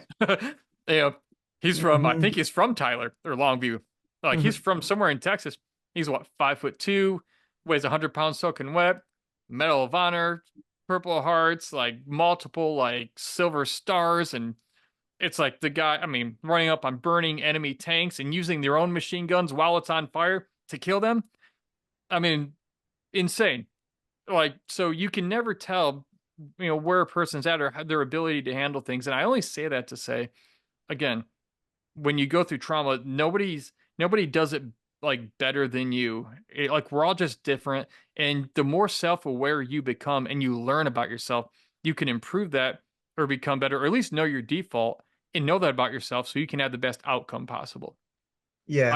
I don't like it when people say they compare and they're like, oh man, like I only got like raped and molested for 10 years growing up, but I was never attacked by a suicide bomber, Brian. And I'm like, dear God, are you kidding me? I'm like, send me back to Afghanistan before I go through what you went through. Like, don't compare these. They're not worth, one's worse, one is not worse than the other. They're just different. And they Yeah. affect different people in very different ways. And so, I'll tell you, I was very fortunate.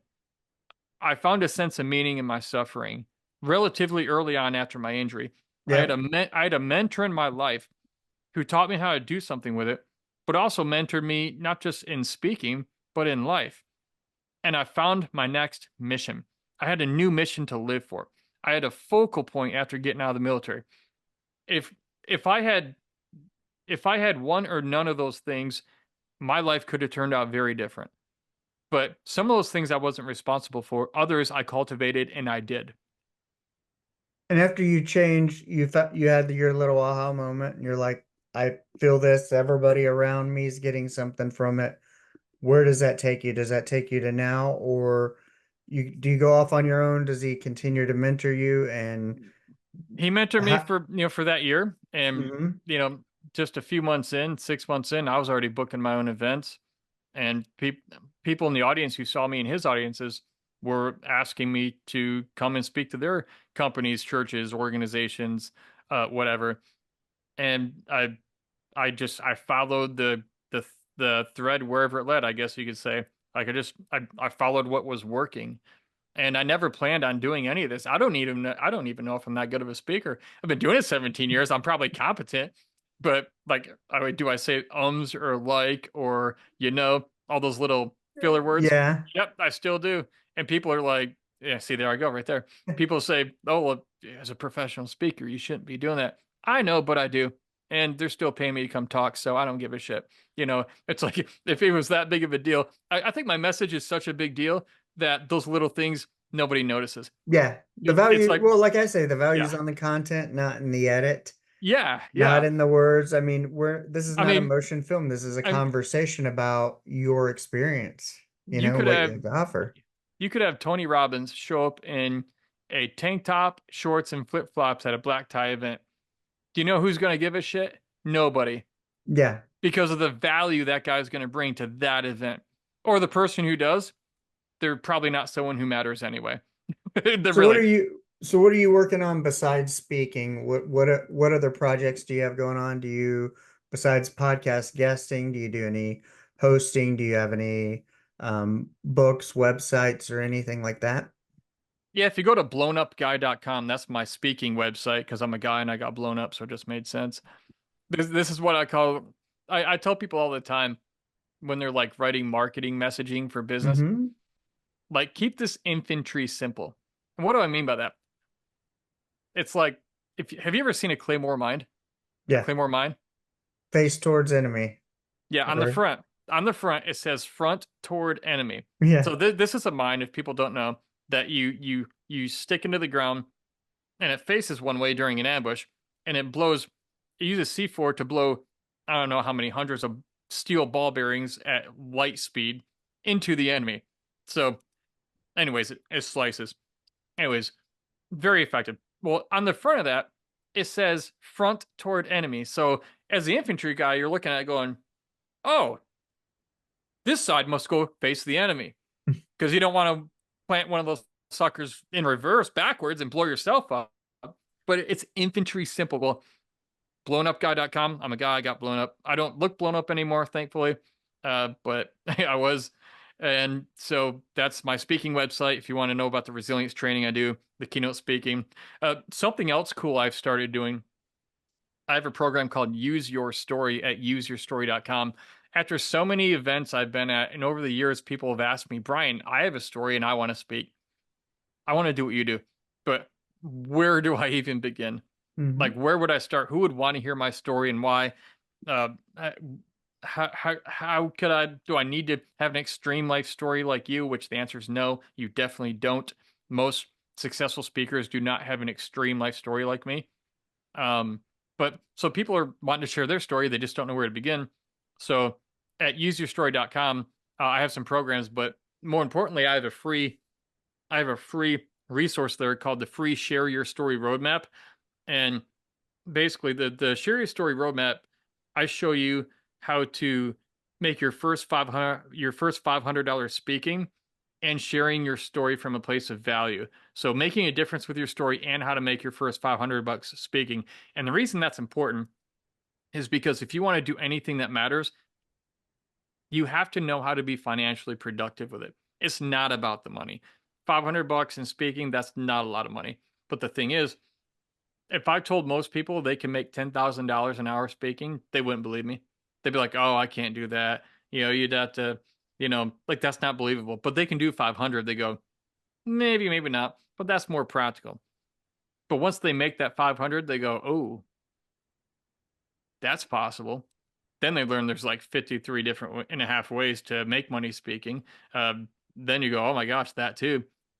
So, yeah, if you go to useyourstory.com, if you want to share your story, public speaking, whatever, I'll show you how to do it there and get that free Share Your Story roadmap. At the very least, you'll learn how to position your story from a place of value so people want to hear it and also get paid to do it.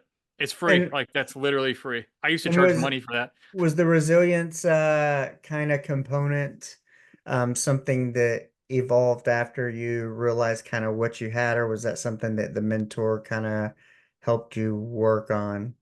What do you mean the resilience component? You said don't you have like a, it's not necessarily resilience training, but Oh, that I do for like the military and different organizations. yeah, yeah. I just that was my message has always been resilience. It's like I didn't pick it. Like it picked me.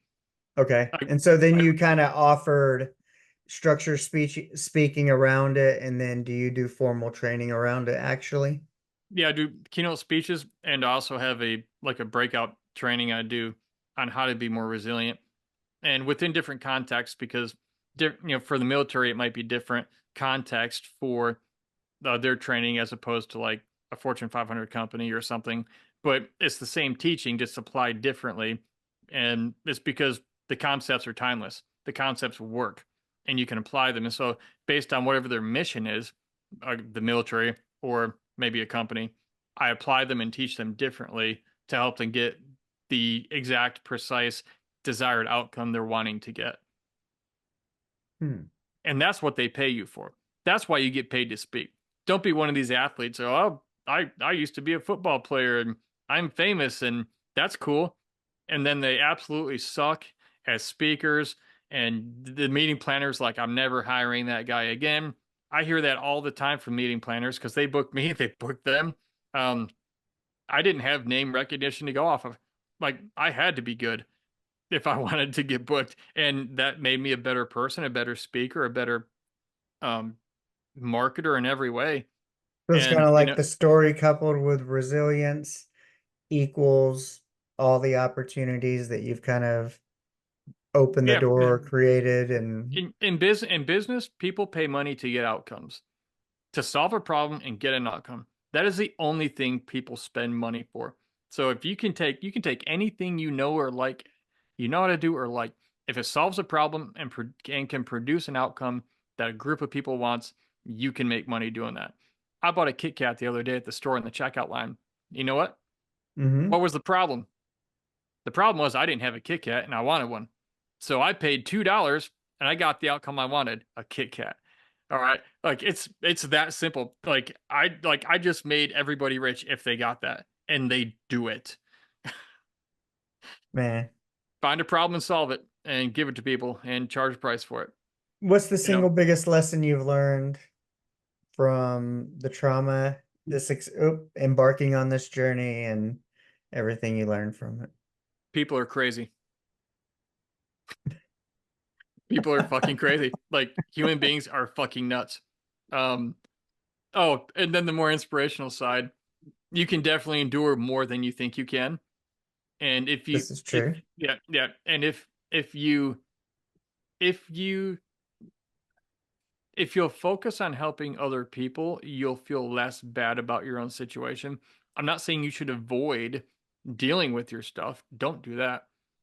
But whenever you need a break, a little like release and just take a break, go help somebody else who's struggling with something because it gets your mind off that. You feel energized and motivated because you're helping them. It's just we share and we feed energy off each other. And if you're going through something and I'm going through something, but I'm like, hey, I'm gonna go over to Richard's house and we're gonna talk for a bit. I'm gonna see if I can help him figure something out. I feel way better about myself as a person because I'm trying to help you. And now, if I helped you get some sort of insight at all, like, or just the fact you had someone there who was just like kind of like you and hung out, you weren't alone. Like that alone Yeah. can take you so far. Even if I had nothing really insightful to say or offer. And Yeah. so help other people. And it's funny how when you help other people, things in life tend to seem to eventually in their own time work out in your favor and it comes back to you. Now that's an ancient timeless principle, but it's true.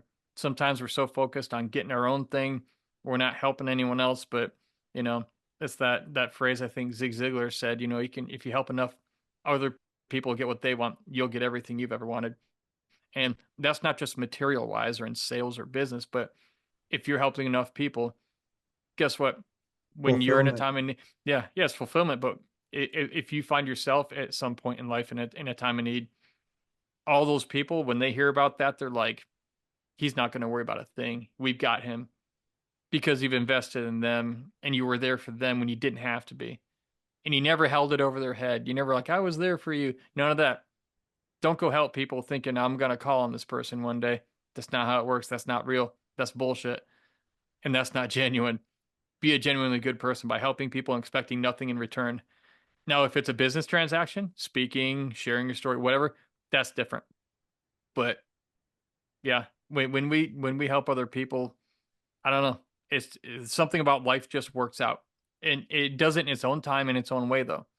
And Yeah. I'm learning still, but I have learned the less I try to control that and rigidly make my life my way or something work out, I will do that. But there's a point you have to be less rigid and sort of give up that control in certain situations. And the thing about it, this is paradoxical. This is going to sound weird, but it's like the key to gaining ultimate control in life is your willingness to literally let go of control. It's like proportionate to your level of willingness to let go of control, truly. It's almost like you're trying to make something happen for so long, such a struggle, and then you finally give up. You're like, fuck it. You just give up. And suddenly, like the next day it works out, or an hour later, you get that phone call and like it worked out, and it's like, or it worked out in a way that you didn't anticipate, and it was even Yeah. better than what you were trying to make happen. I've Speaking had of several experiences like this. speaking of better than expectation, what is one thing as a result of this unintended being blown up, meeting a mentor, realizing speaking is for you? Had you not embarked on this journey, trusted some of your intuition, been aware enough to know what you're about, what is something that would have never happened that's been like one of the coolest things that you're like, when you were 12 years old, you're like, that would never happen to me? I've met U.S. presidents. I've gotten to go to different countries. I've gotten to meet so many people. I've written books. I mean, those are all superficial, really. But to me the things that are the coolest because of what I do. It's like it's like the person you'll never know I interacted with unless I tell the story. Like meeting that young lady after I got off stage the first time in that place where I spoke the first time in that gymnasium of a high school in Manhattan, Kansas, right outside Fort Riley on Been there. On March 15th of 2007. That meeting people like that is what really on a deep level gives my life a great sense of meaning, a level of connection to another human that's hard to put into words, and you just look back and go, how the hell did we ever meet? In a and moment in and to them, time. it's so beyond like doing or orchestrating.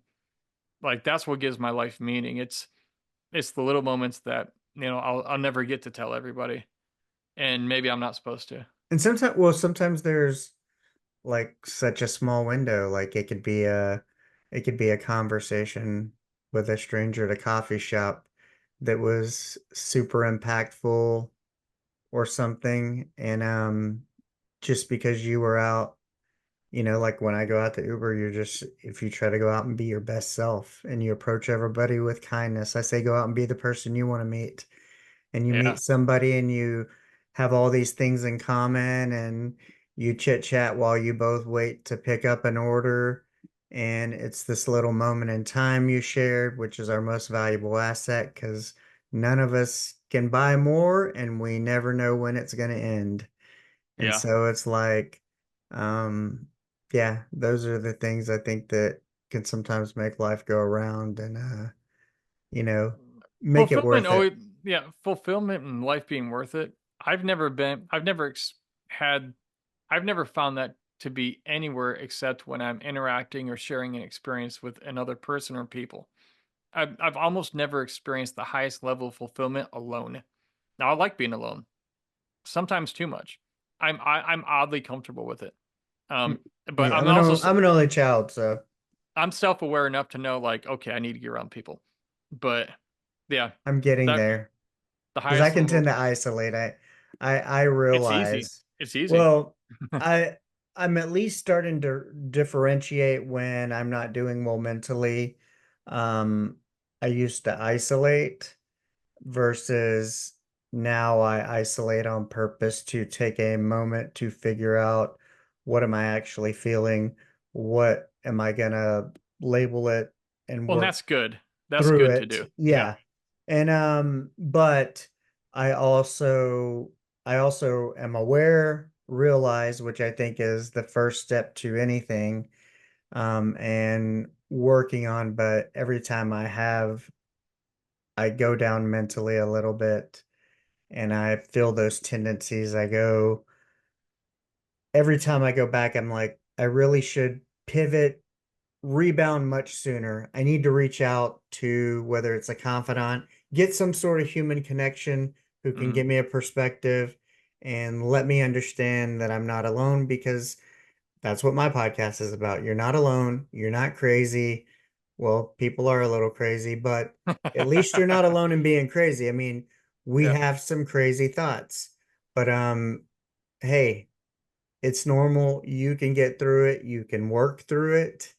It just takes some time, but I'm starting to realize like I need to rebound sooner. I need to be more proactive in my reaching out when I step back a little bit, but I'm aware of it. And I think if I'm aware of it, I can at least work to improve it. And the fact that I want to, um, I think is a much more than most people. I can at least admit all that. So Yeah. that's good. I'm in a positive place, I guess, but Always be learning about yourself, becoming more self-aware, and just trying to be better. I mean, everything in life is development. Like you're gonna fuck a million things up along the way. Everyone does, and that's what gets you to the point of all the beautiful good things that happen or that you become. And yeah. you have to, sometimes you have to low crawl through like 100 yards of bullshit. But man, but because you get to that one spot that was being guarded by 100 yards of bullshit. And, like you couldn't have gotten that Ooh. thing, that piece of you, if you hadn't crawled through all this shit. And it's like the Shawshank Redemption. I think he crawled through like 400 yards of human waste to escape that prison. Mm-hmm. But at the end, it was like it's lightning and raining. He's free. Takes that big breath. Like to get there, you've got to go through that shit sometimes. And so, it's all just to me. It's life. It all runs together for me, and I don't not expect anything.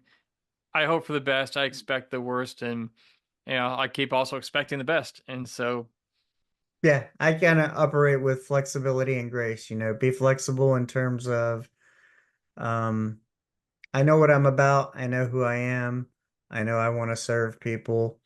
How that looks, whether it's through a podcast, whether it was in hospitals or the universe has something else planned for me, then I'll do it then. So flexibility and then showing grace with myself when everything doesn't go perfect. I'm going to make mistakes. I'm going to have setbacks. Um, don't worry about the how. Just have an idea. Um, stay aligned, stay true to who you are, and the how will work itself out in time. this is gonna sound odd, but I through some very deep spiritual experiences I've had, uh, I believe and personally know that everything in life is exactly how it's supposed to be, and there's nothing I can do to make it better or fuck it up. And so just be lived by this experience. Like just live the experience of life. Don't I mean there's just it goes so far beyond us. But everything's already gonna be exactly what it's supposed to be. So just enjoy it and do good with it and have fun with it. Yeah, I am. Sounds like a good place to end.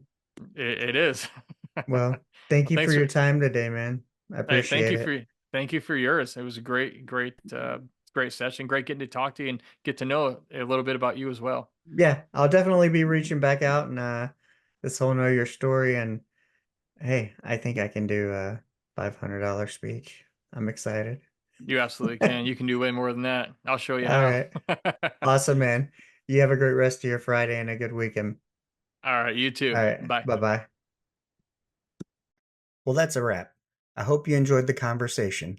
Please remember to rate, review, and subscribe wherever you get your podcasts from. Remember, go out and be the person that you want to meet.